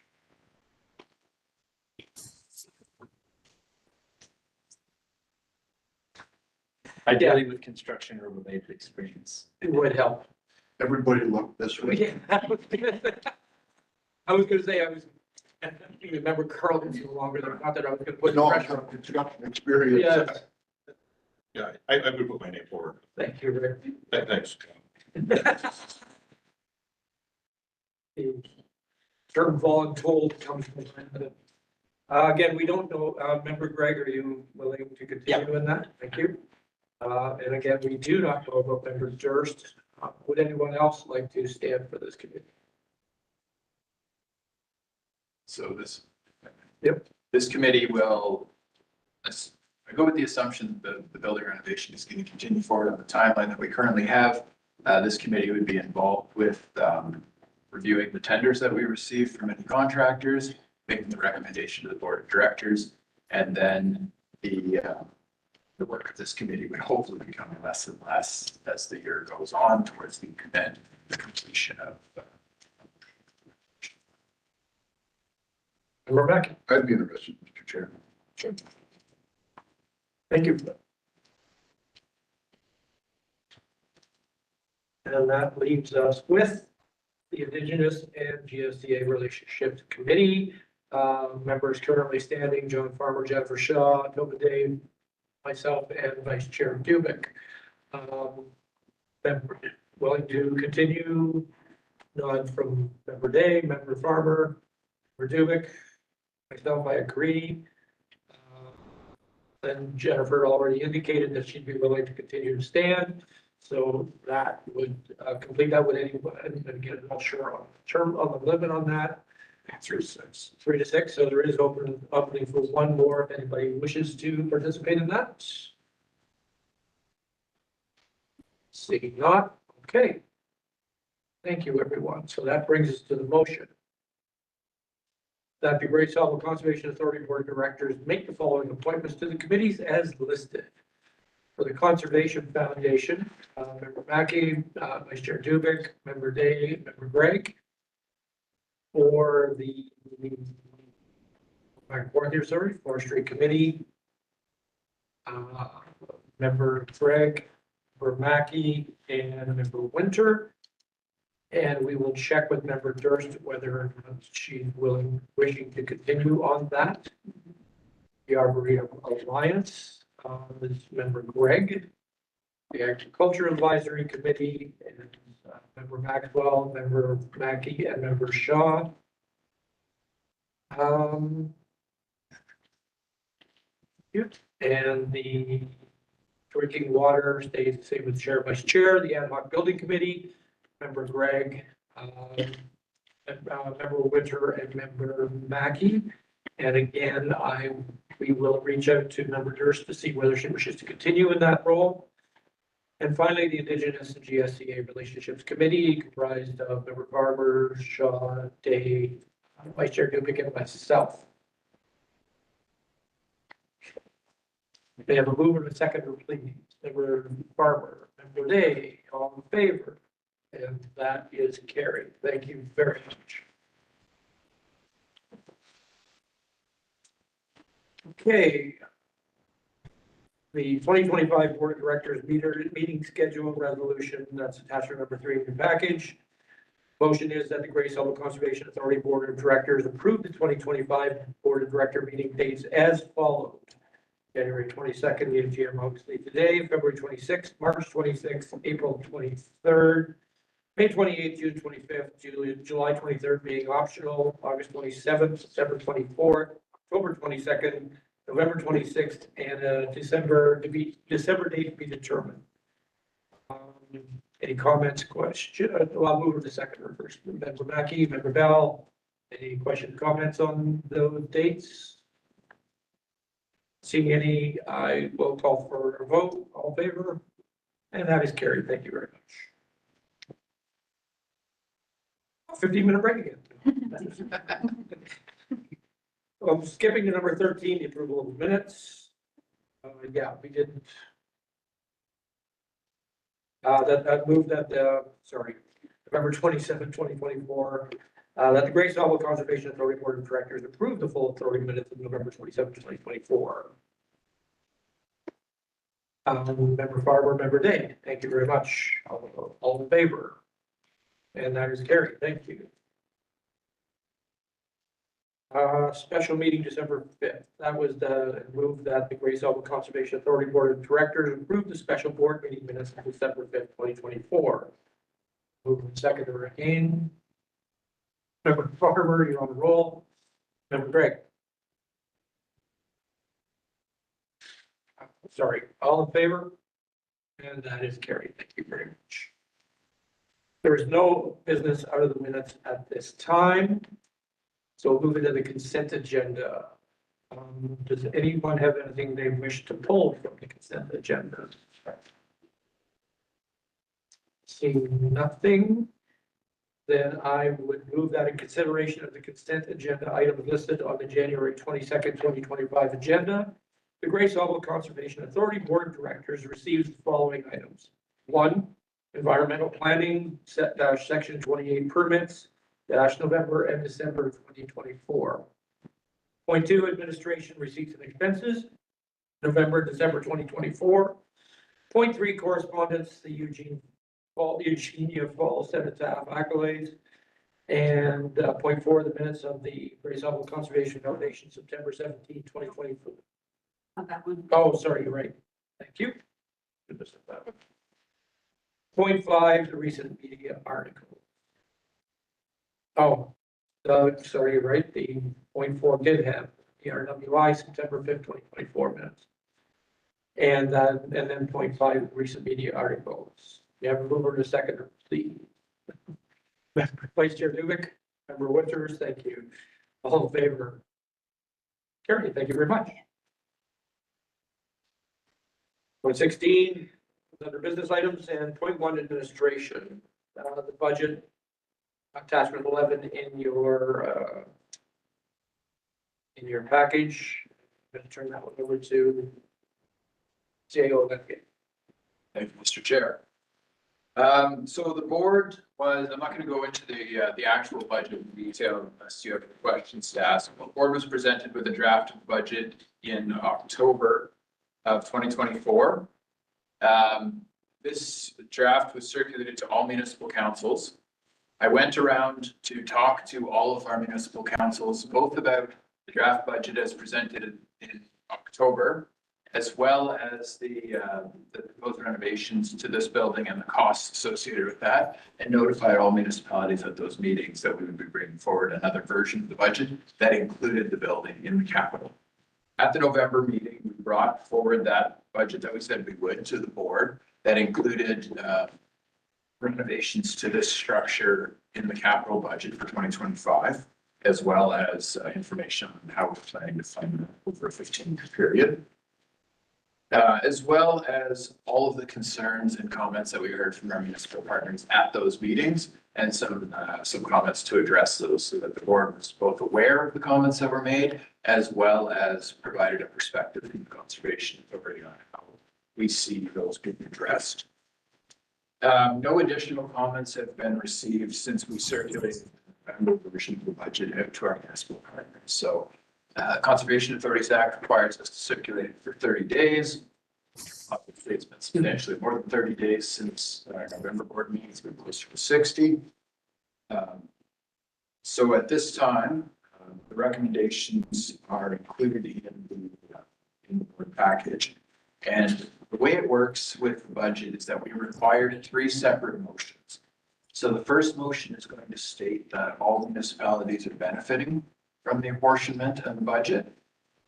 The second one is, and that is a regular vote of 1 member, 1 vote. The second motion will be to approve the apportionment, formerly called a levy, to our member municipalities. That's by recorded weighted vote. So we're going to record all these votes, but sorry, that one's by weighted vote. So the proportion of the assessed value of property that occurs within your municipality within our watershed is the weight of your vote. And so that would show up essentially as your percentage of the levy with your portion. And then the third motion is for the approval of the impact. So based on that information and the information that's been provided previously and in your package, through you, Mr. Chair, I welcome any questions and discussion. Okay, just before I get, because of 3 different motions, I'll throw this open to general questions first, and then I'll read the 3 different motions. Are there any questions or comments for Tim on this? Member Greg. I have one question, Tim, just for, to re-educate me here, in case I've forgotten. On page 79, the category 3 apportionments, are those applied in the same prorated means as the category 1? Or is that one where if, let's say Grey Highlands had a service that they wanted to be provided, there's also then essentially direct billing for anything contained in there? Or is it just uniformly prorated just like category one. Technically, either could be true, but the way that our agreements are set up with the member municipalities, because all member municipalities signed, is that they're apportioned by the modified current fund assessment, same as the regular category ones items. Okay, thank you. Any other questions or comments? Seeing nothing, I will, and again, as Steve said this, or Steve, and Tim said, this will be recorded regular majority vote, so I will move that all participating municipalities be designated as benefiting for all projects included in the 2025 operating budget and the 2025 capital budget, unless otherwise specified in the budget.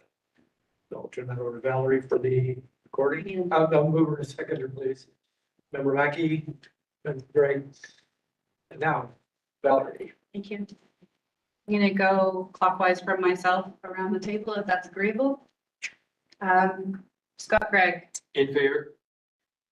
Member Tobin Day, sorry, In favor. Member Farmer, In favor. Member Maxwell, virtually, In favor. Member Bell, Yes. Member Winters, In favor. Member Mackey, In favor. Member Euring, In favor? Member Dubeck. In favor, sorry, Chair, Vice Chair. And just noting that members Durst and members Shaw are absent. Correct. All in favor. Thank you. All in favor? Obviously. That is, just get used to saying that, so you just do it. So second one, again, obviously, is the weighted majority vote, move that the Grace Sauble Conservation Authority approve municipal appointment for the year 2025 for operating expenses and capital costs of $1,996,612 as required by Ontario Regulation 402/22. So move over to seconder, please. Member Farmer, seconder, Member Bell, thank you very much. And again, turn it over to Valerie for the weighted vote. Thank you. Member Gregg, In favor? Member Day, In favor. Member Farmer, Favor. Member Maxwell virtually, In favor. Member Bell, Yes. Member Winters, In favor. Member Mackey, In favor. Chair Euring, In favor? Vice Chair Dubeck. In favor. What the heck, I'll still say it's carried. Finally, the recommendation number 3, and again, this is just a recorded regular vote, so I move that the Grace Sauble Conservation Authority adopt the budget as presented for the year 2025 in the amount of $7,193,796. Move seconder, please. Member Mackey, and seconder, please. Member Winters, thank you. And over to Valerie. Member Gregg, In favor? Member Day, In favor. Member Farmer, In favor. Member Maxwell virtually, In favor. Member Bell, Yes. Member Winters, In favor. Member Mackey, In favor. Chair Euring, In favor? Vice Chair Dubeck. In favor. Excellent. Thank you, everyone, for that. Moving on to administration point.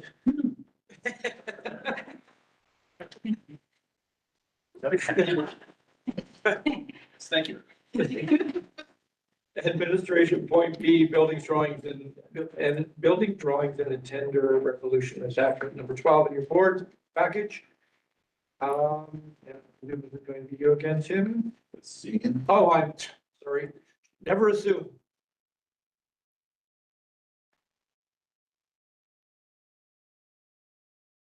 Bring up a presentation here.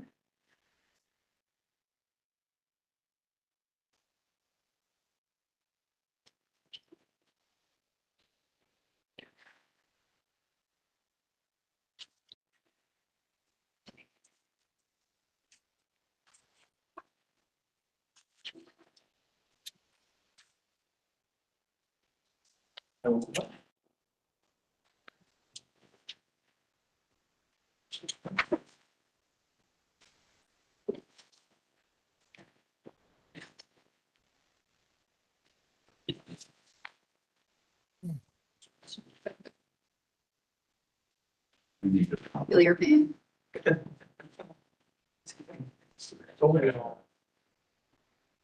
Stop sharing.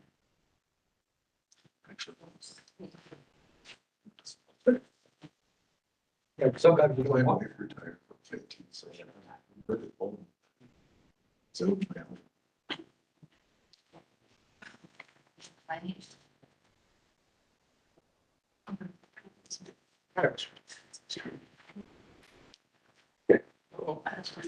So the blank. Good, it is kept. That's okay. I have you next, right?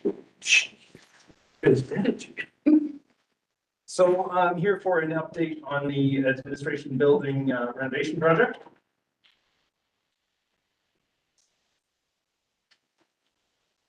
There you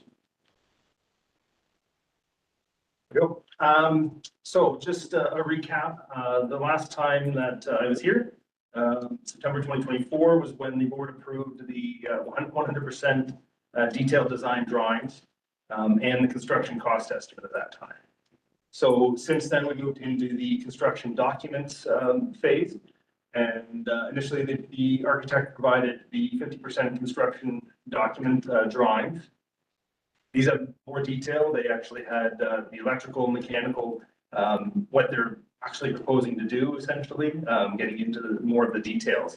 And so staff went over those plans, provided review comments, and we also met with the electrical engineer and the mechanical engineer virtually to discuss a few of the items that we were now seeing what's actually being done on the building. And so we had some questions and clarifications on that. So sent them back. They came back with the 80% drawings, construction document drawings. And that is the set that's been attached with this set of minutes. And that is what we are asking you to approve for us to proceed to finalize. The reason we're bringing 80%, not 100%, is just all the little final details that will get ironed out for the actual tender set.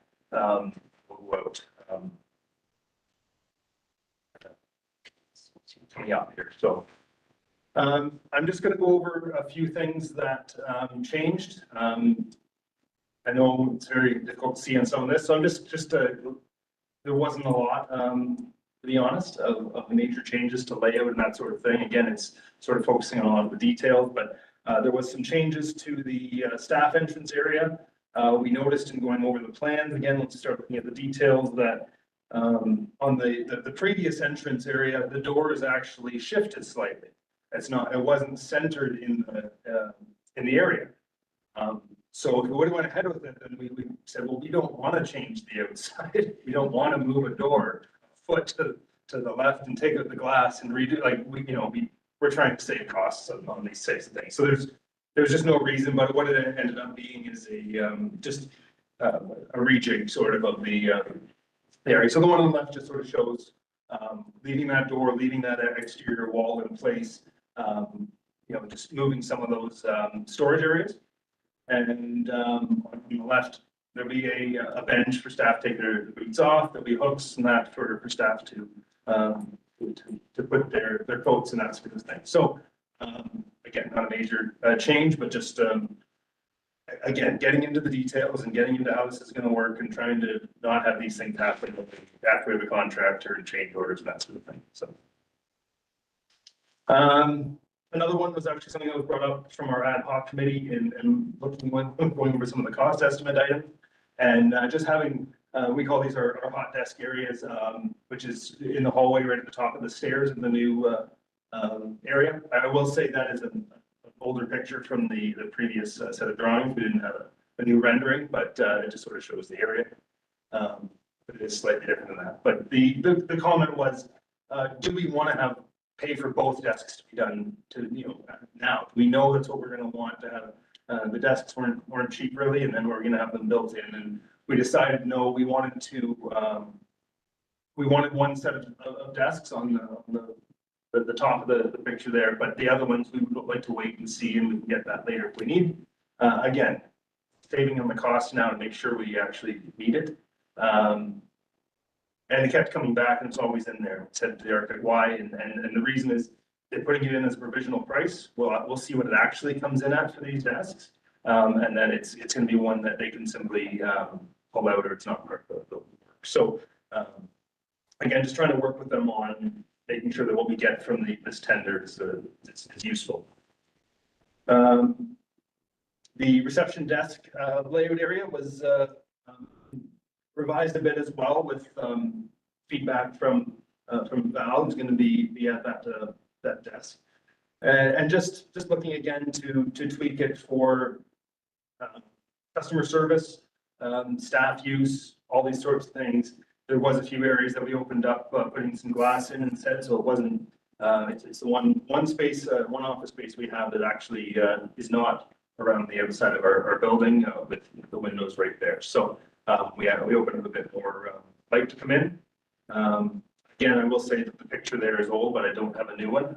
The desk has a higher area on one side, but it actually has a lower area for wheelchair access for people that can come right up to the desk to be served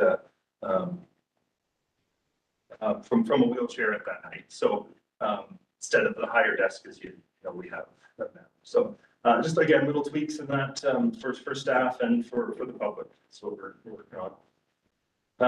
One of the items that we had discussion on was the electrical panels. So we've said in the past the electrical panels and all the breakers and that are essentially obsolete equipment.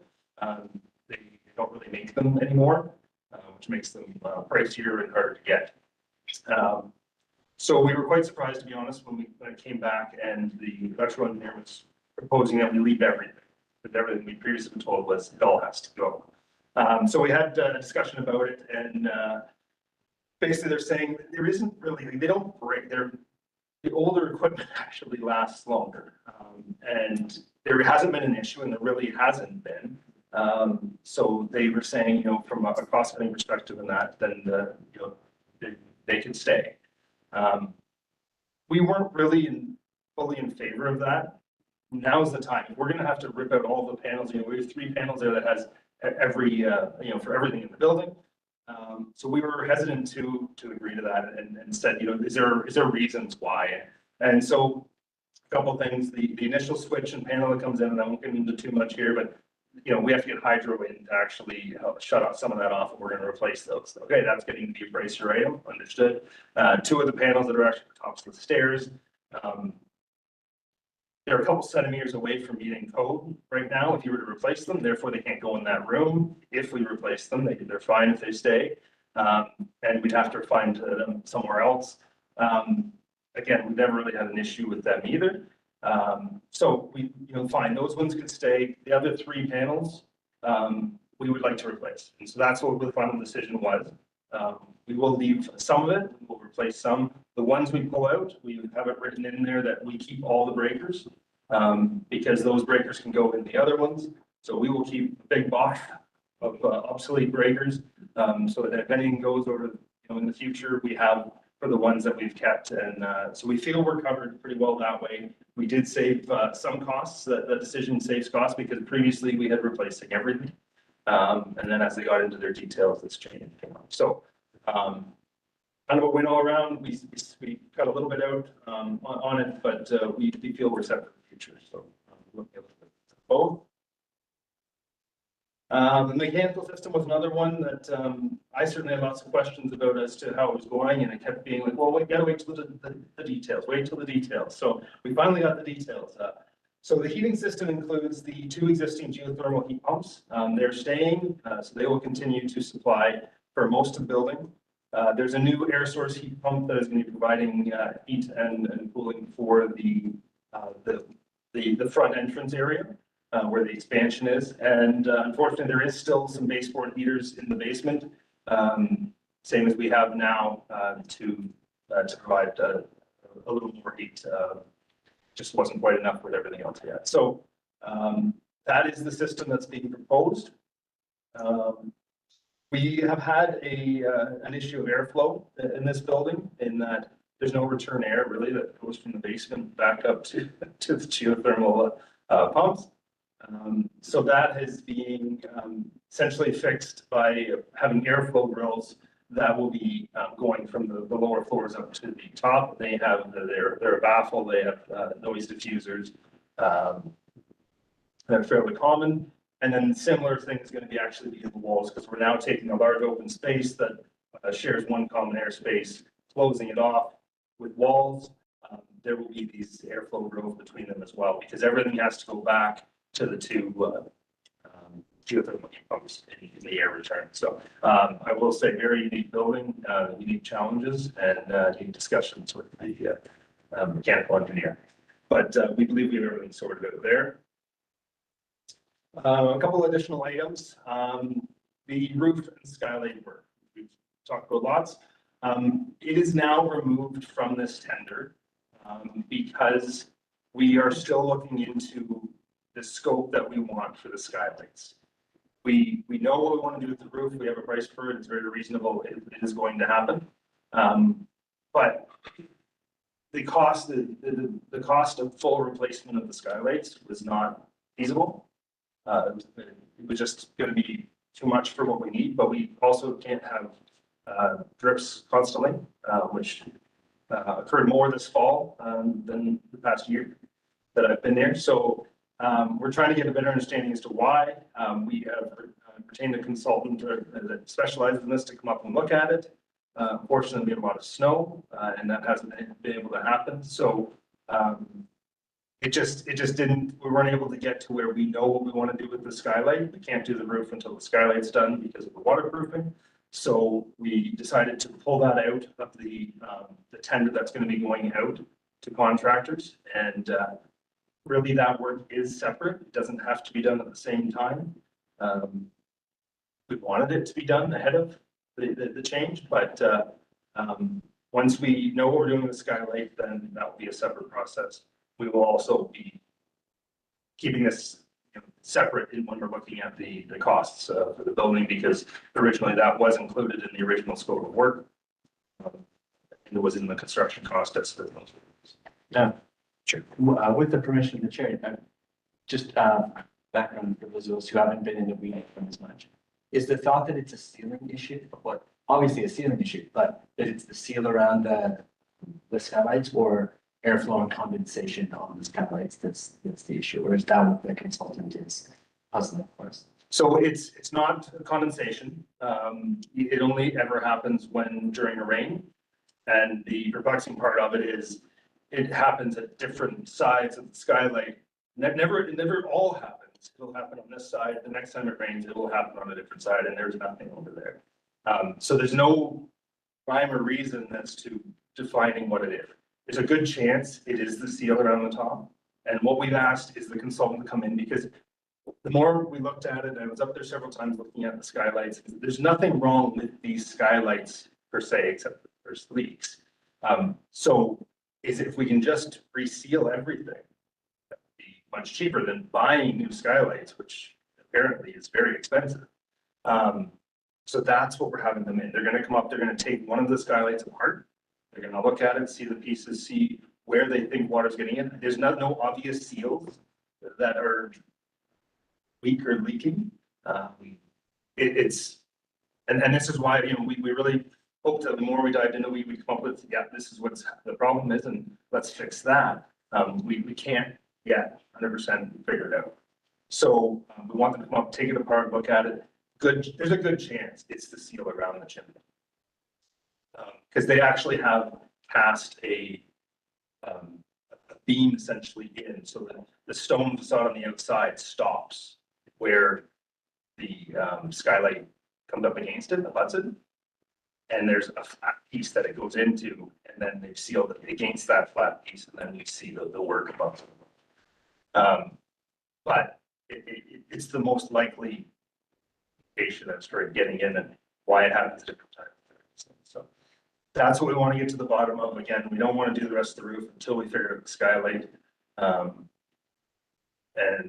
So yeah, that's the decision to pull it out. So it is obviously a big one. It still needs to be done. It still definitely has to be on the docket, and it still will be essentially as part of this project, but it's not in this tender, not in this scope of work that's from the architect. So we'll probably be issuing our own. Just a couple other smaller items. It was discussed, just because it came up a few times, we're going to be sticking with lock and key, although we're going to get new locks and keys because we don't really know how many keys are out there. We're not going to go with key fobs. We have been able to add in a water bottle filling station, which is going to be near the entrance so that the public can come in. That's one of the common requests we get. We did some revisions to the bug room. Basically, what was initially proposed wasn't going to work very well for staff, and so we went straight to our staff and what do we need, and feel we have a better working there. Lost a little bit of room, so we had to.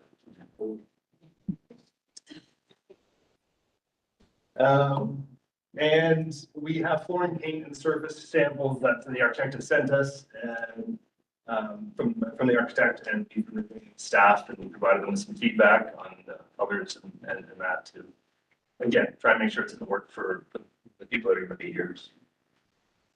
A couple renderings. I'll admit the first four are the same, so you've seen these already, mostly of the front area. Just a reminder what we're hoping for here, and there on the side there you can see that's the where the lift comes up to the top. So again, it's not an elevator, it's a lift, and some simpler mechanics and keeps the cost down. And then there is two new renderings, which we have. So this is upstairs. If you come into the lobby and then you go up the stairs and enter into the second floor, this is where those hot desks are on either side. You can see, and it's just a view of where the common spaces around the chimney. The stonework and the flooring is going to be staying. With new carpets around, but you can see how some of the walls are into the office spaces and that are separate now. And then straight through would be to the meeting room. Again, just a few views. And then they've also put in the lights that are there. See some of the lights hanging down from those beams. Those will be the new lights that they're actually proposing to put in. For it. And this would be a view of the boardroom. So this is the boardroom itself, and then there would actually be a divider that would be going across to separate it from that other room. During board meetings, we would have that open all the time. But during any other time, really, we would probably have it closed and have two meeting spaces for staff. And if I have my way, a gray Sauble. The walls. I haven't seen that on the plans yet. So next steps, we are hoping to post the tender to retain a general contractor in early February. Mid-March, the tender would close, and at that time the architect would summarize the tender results. I believe that's how it would go. And then staff and ad hoc provide a recommendation to the board. March or April, around there, or maybe both, GSCA staff would be moving into the temporary rental space. We will be starting it on March 1st. Typically speak about that. And late April 2025 would be hopefully when construction will commence. That's the goal, of course. And then construction completed sometime between December 2025 and March 2026. That's what we're hoping for. That's what we've been working really hard. I'll admit our staff has been working very hard to not delay the architect by any means throughout this. And we've continually said, do you have everything you need? We want to keep on task here. And so it's great to be bringing this to you at this time. So yeah, next point would be to, we're requesting or recommending approval of these drawings and to proceed to the tender stage. Great, thank you very much, Ian. Great presentation. Like a lot more clarity. Particularly thanks, please. I was wondering what the completion date was kind of looking like, so that helps. Let me just throw this on the motion on the floor so that we can open up for discussion. So I'll move that whereas the GFDA Board of Directors has provided ongoing direction to staff to move through the concept design, schematic design, and detailed design stages and costing of major renovations to the GSCA Administration Center. And whereas the GSCA has received the 80% construction documents, drawings for the proposed renovation, that the GSCA Board accept and approve the 80% construction documents drawing. And that the GSDA Board direct staff to finalize the construction documents and proceed to the tender of the administration building project. And that staff be directed to bring the tender results back to the Board of Directors with a recommendation from the administration building ad hoc committee. So I'll need a mover and a seconder, Farmer and Member Mackey, and open that up for questions and comments. Ian. Member Bell. Thank you, Mr. Chair, and thank you for the presentation. Really good news from my aspect from the electrical engineer about the panels. Whether some of my fellow board members know about what breakers can cost, but in the business I'm in, a 30 amp breaker can cost you almost $60. That's one breaker. So keeping some of the old breakers, that's very wise thinking. It can be difficult to get your, to acquire. And I know that the new mechanical room that will be put in for doing this, I know that the engineers in the electrical field will likely go with the most readily available panels and breakers, because on my farm, I have a panel and breakers which are difficult to get your hands on. So that's really wise. I'm really glad to see that they took a look at that. We can save some money there and we'll likely use it somewhere else. So thank you for that part of it. That's very encouraging that folks, all in all, are really looking at this with a sharpened pencil. I appreciate that. I know my fellow board directors do also. Thank you. Anyone else? Vice Chair Hewitt. Thank you. So thank you so much for bringing this update. It's really exciting to see, we're moving along very nicely. Just a confirmation. So the roof tender. Just confirming that given the roof, then you're kind of pulling that out as a separate tender, and that we will still be sort of within the stated budget dollars and the stated timeline as presented. Or are there any risks or concerns that you have? For when the roof is going to be completed? Yeah. So right now, I'll admit, we don't know exactly when the roof would be done. It might be that it waits until after all the construction is complete. There is issues if you try to have two different projects on the same site. You can't have, somebody has to be in control of the work site. So we can't have a separate tender and have separate work ongoing in one part of the building.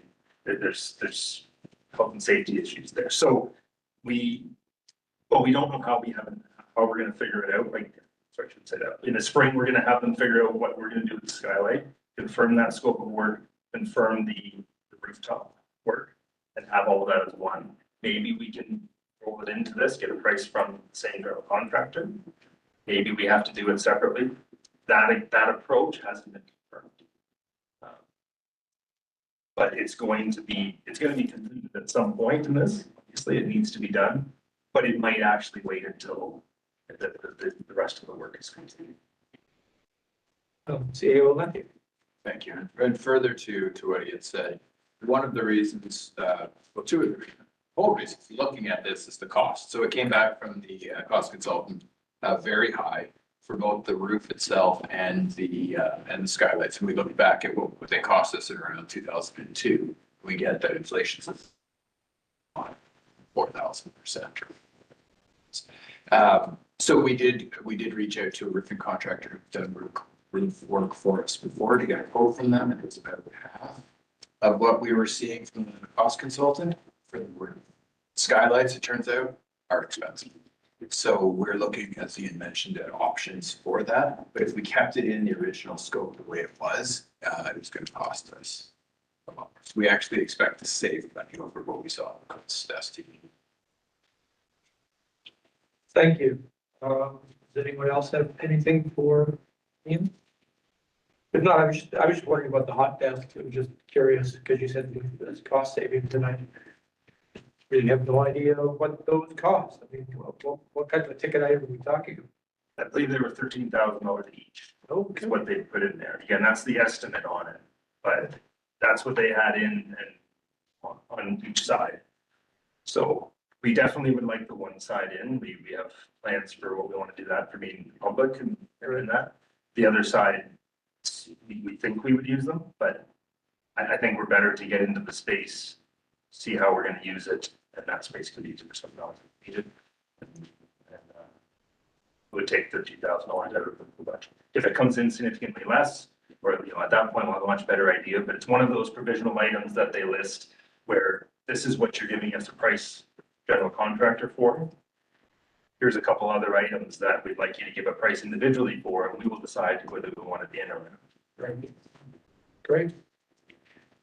All right, so seeing nothing else, then I will call for the vote. All in favor? And that is carried. Thank you very much, Ian. Which brings us to point C under administration, the temporary office space lease, attachment 13. Tim, you're going to lead this? Yes. Thank you, Mr. Chair. So obviously with all the discussion that we've been having around the building and the work that's going to be done, we can't stay here while they're doing that work. So we do have to relocate for a little bit of time.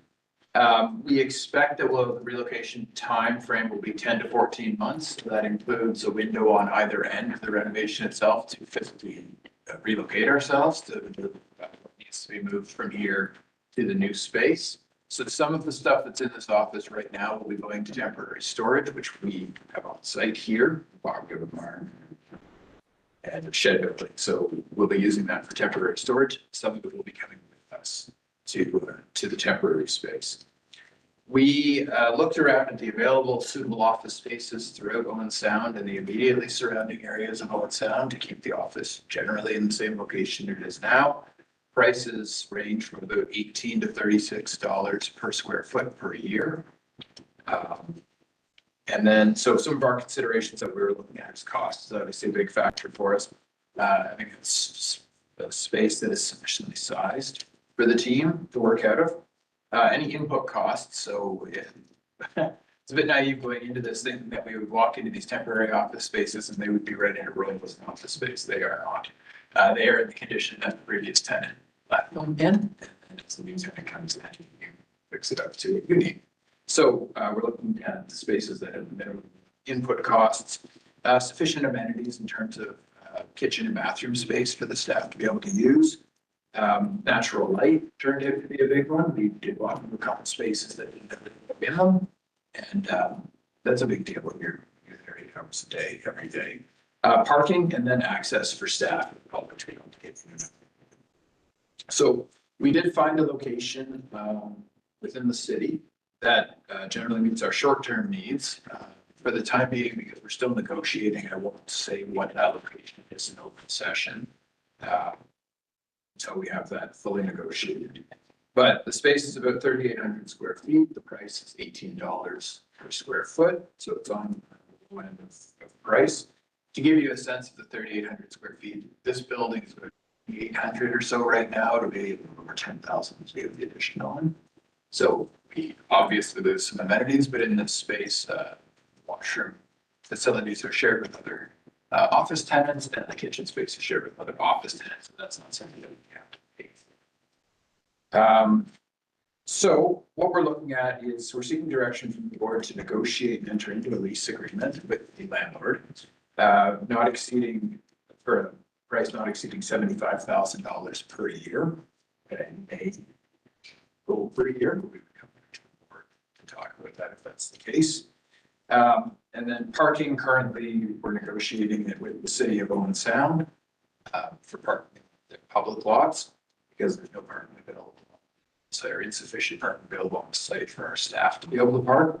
The currently quoted price from the city is $300 per space per year, which is the price that I believe anybody can get. So that would be $7,200 for us because we do have about 24 spaces from the city. And then we'll have our legal counsel to review the lease to make sure that it protects GSCA's interests. So the motion before the board is that the board authorize myself as CAO to negotiate and execute an approximately 1-year lease of temporary office space for an amount not exceeding $75,000 per year, which gives us some wiggle room in negotiations. And that the board of directors authorize to negotiate and execute an approximately 1-year agreement for parking and an amount not exceeding $7,500 every year. So the total financial impacts of this, we expect to be about just over $75,000 a year, so less than that motion states, plus about $500 for expired legal accounts. Through you, Mr. Chair, I'd welcome any questions or comments. All right, well, let's put that on the table then, that the GSCA Board of Directors authorize the CAO to negotiate and execute an approximately 1-year lease of temporary office space for an amount not exceeding $75,000 per year. And that the GSCA Board of Directors authorize the CAO to negotiate and execute for an approximately 1-year agreement for staff parking for an amount not exceeding $7,500 per year.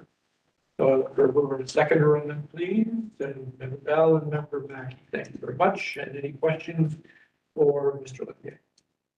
Member Greg. The only question is, have you looked at whether or not the parking then could be considered as a taxable benefit to the employees? Or is that something perhaps you should look into in the future, just so that we're aware of reimbursement needs, or because it could be somewhat punitive to an employee who works from home or yes, bikes to work or walks to work, if it's a taxable benefit. We'll look in to see whether that hasn't come up, and we'll look in to see whether that is or not. We're trying to replicate what they have here in terms of being able to come to work. And if they choose to. Yeah. Just to be certain there's no surprises. Anyone else? Member Dave. I don't think I quite understand parking yet, just from the perspective of, is that one spot available all the time for every employee, or is it for the days that they drive to work and use that spot? This, because we're paying for the year, it's all the time, so it allows that whole staff in the office at all times. They won't all be in the office at all times, but logistically, it might be a bit of a nightmare to figure out. Like you could be in the office today, but you can't. So we can certainly look at fewer spaces, but I think logistically, it's easier for us to just have the spaces in there.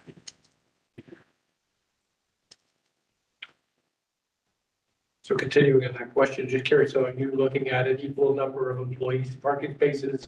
Like, how do you make that equivalency? You know, how many people do what now? So what's the equivalency of parking spaces to employee 1-to-1?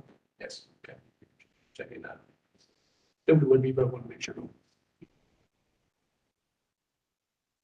Anyone else? Member Mackey. Thanks, Mr. Chair. Tim, we're not sure what the actual duration of time is going to be, anywhere from 14 months.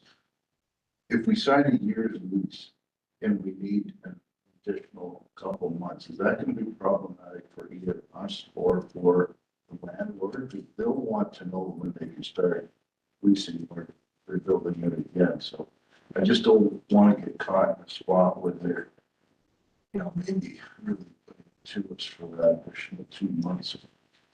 Yeah. Required. So we're already looking at the lease, so we're already, lease said it has provisions for extension and keeping the costs static.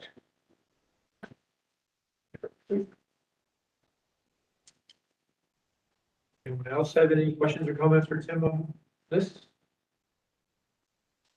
Not seeing any, then I will call for the vote. All in favor? That is carried. Thank you. And so we'll go to the CAO's report. Thank you, and I'll keep this very short. So since the last time we've seen you, spent some holidays involved, so I hope everybody had some downtime and you were able to enjoy that time with your family and friends. Our office does close between Christmas and New Year's so that staff can have time off and not be thinking about work. And I think that's, I think that provided everybody with some much needed rest and it's appreciated. Certainly, I appreciate it.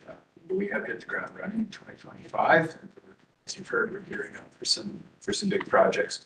The only other thing I wanted to talk to the board about was just to, as Chair Area had mentioned, Saugeen Valley had their AGM last week, and they have appointed their new member. So they actually have a 4-member executive, the chair, first vice chair, second vice chair, and one that was apparently either a member at large or past chair. So all they've actually done is slid everybody along. And previous chair member Jabreen has reached her 2-year limit, so she doesn't have the past chair. Tom Hutchinson from West Gray went from vice chair to chair. Paul Allen from Grey Highlands went from second vice chair to first vice chair, and Greg McLean from Brockton went from member at large to second vice chair. So the exact same executive, just sitting in different seats. I thought it'd be good for you to. Okay, thanks, Tim. Treasurer chair report, again, gonna keep it short, but the only thing I'm gonna mention is, and again, so many around the table were at Roma. But it was very interesting for those that weren't there, that there was a question asked during the ministers' conference regarding the freeze on the fees to conservation authorities. To put it succinctly, Minister Graydon Smith was politicians tend to kind of be very gentle and kind of double speak why they can't do it. He didn't bother. He just said, nope, that's not gonna happen. So he was pretty succinct about it, and I kind of got a few boos from the crowd, actually. They were very happy with the fact that there wasn't even like, yeah, we'll look at it. It was like, no, we're not gonna touch that. So that was a little disappointing. Other than that, there was, as Bonnie Fox alluded to, there were a couple of really good things I attended that were really, really interesting. The Great Lakes St. Lawrence Initiative and the Conservation Ontario events were both very good. They're doing a lot of supportive work, so nice. The only thing I was gonna ask as well, I'll just bring a little bit up. When Tim and I did attend, as he said, the Saugeen Valley AGM, the one thing they did there, and I'm not sure it's what we do it at Christmas time is great, but it's recognition of terms for staff when they're getting awards and whatnot. They did it actually at the AGM as part of their kind of their ceremony. So it gives, and I appreciate that we do it a lot internally, and that might give more staff a chance to attend. That gives a little bit more public recognition for those people. So I see value both ways, and I just thought I'd throw that out there for consideration. We're a long way before next time around, but it just might be something to consider whether we want to do that in that forum. It's also done publicly as well, so it's just a nice recognition for staff, just for consideration. And I think that's all I have. So unless there's something else, I call the meeting adjourned at 4:27.